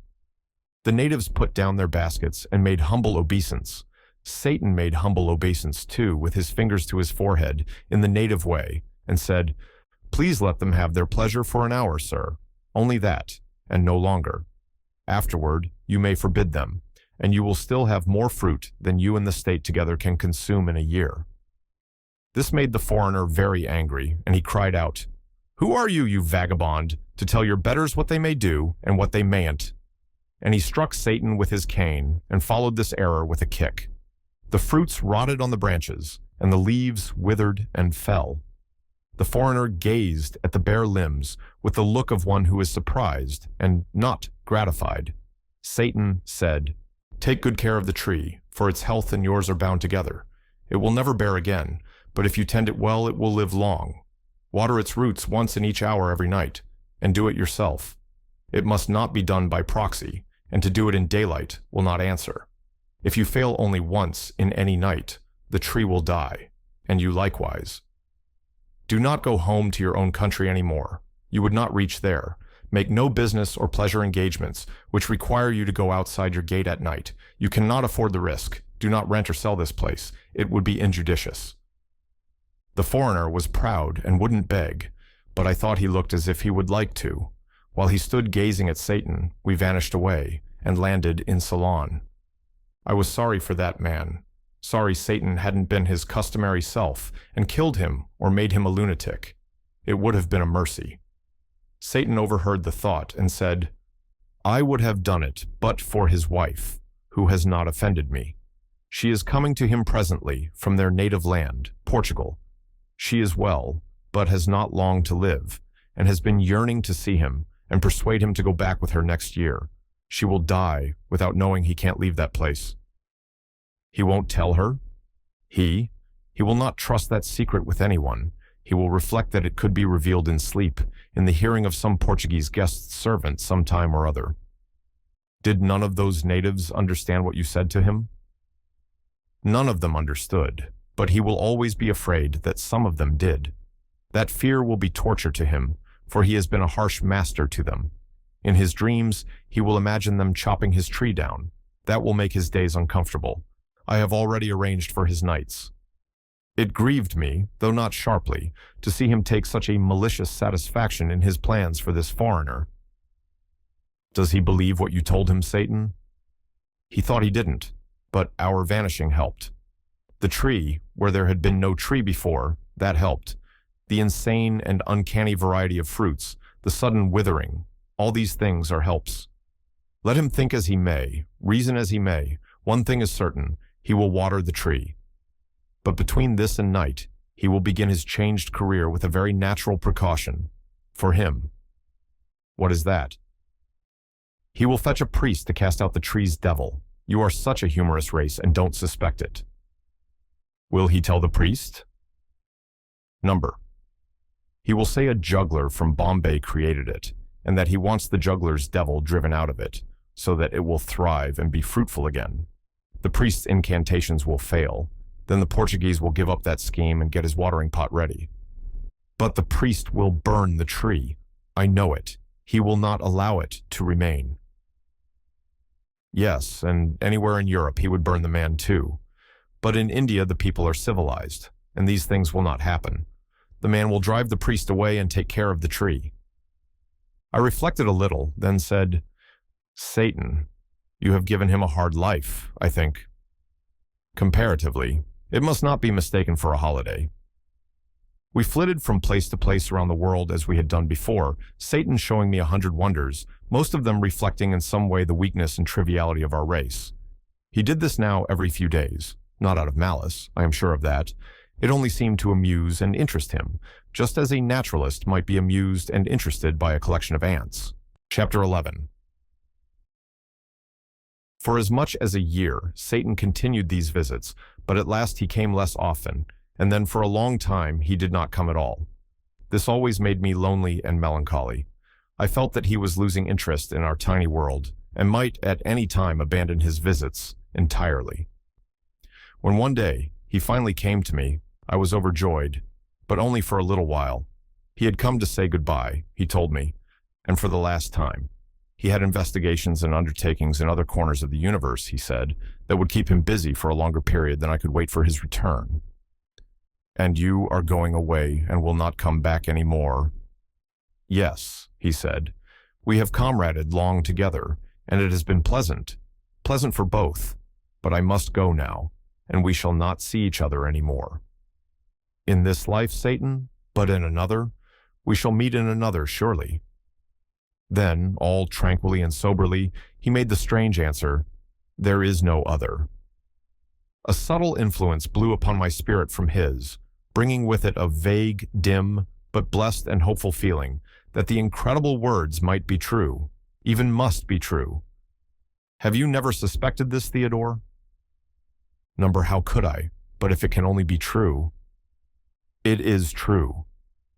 A gust of thankfulness rose in my breast, but a doubt checked it before it could issue in words, and I said, but we have seen that future life, seen it in its actuality, and so it was a vision. It had no existence. I could hardly breathe for the great hope that was struggling in me. A vision, Life itself is only a vision, a dream. It was electrical. By God, I had had that very thought 1,000 times in my musings. Nothing exists. All is a dream. God, man, the world, the sun, the moon, the wilderness of stars. A dream, all a dream. They have no existence. Nothing exists save empty space. And you. I. And you are not you. You have no body, no blood, no bones. You are but a thought. I myself have no existence. I am but a dream, your dream, creature of your imagination. In a moment you will have realized this. Then you will banish me from your visions, and I shall dissolve into the nothingness out of which you made me. I am perishing already. I am failing. I am passing away. In a little while you will be alone in shoreless space, to wander its limitless solitudes without friend or comrade forever, for you will remain a thought, the only existent thought, and by your nature, inextinguishable, indestructible. But I, your poor servant, have revealed you to yourself and set you free. Dream other dreams, and better. Strange that you should not have suspected years ago, centuries, ages, eons ago, for you have existed, companionless, through all the eternities. Strange, indeed, that you should not have suspected that your universe and its contents were only dreams, visions, fiction. Strange, because they are so frankly and hysterically insane, like all dreams. A God who could make good children as easily as bad, yet preferred to make bad ones. Who could have made every one of them happy, yet never made a single happy one? Who made them prize their bitter life, yet stingily cut it short? Who gave his angels eternal happiness unearned, yet required his other children to earn it? Who gave his angels painless lives, yet cursed his other children with biting miseries and maladies of mind and body? Who mouths justice and invented hell, mouths mercy and invented hell, mouths golden rules, and forgiveness multiplied by 70 times 7, and invented hell? Who mouths morals to other people and has none himself? Who frowns upon crimes, yet commits them all? Who created man without invitation, then tries to shuffle the responsibility for man's acts upon man, instead of honorably placing it where it belongs, upon himself? And finally, with altogether divine obtuseness, invites this poor, abused slave to worship him. You perceive now that these things are all impossible except in a dream. You perceive that they are pure and puerile insanities, the silly creations of an imagination that is not conscious of its freaks. In a word, that they are a dream, and you the maker of it. The dream marks are all present. You should have recognized them earlier. It is true, that which I have revealed to you. There is no God, no universe, no human race, no earthly life, no heaven, no hell. It is all a dream, a grotesque and foolish dream. Nothing exists but you, and you are but a thought, a vagrant thought, a useless thought, a homeless thought, wandering forlorn among the empty eternities. He vanished and left me appalled, for I knew and realized that all he had said was true.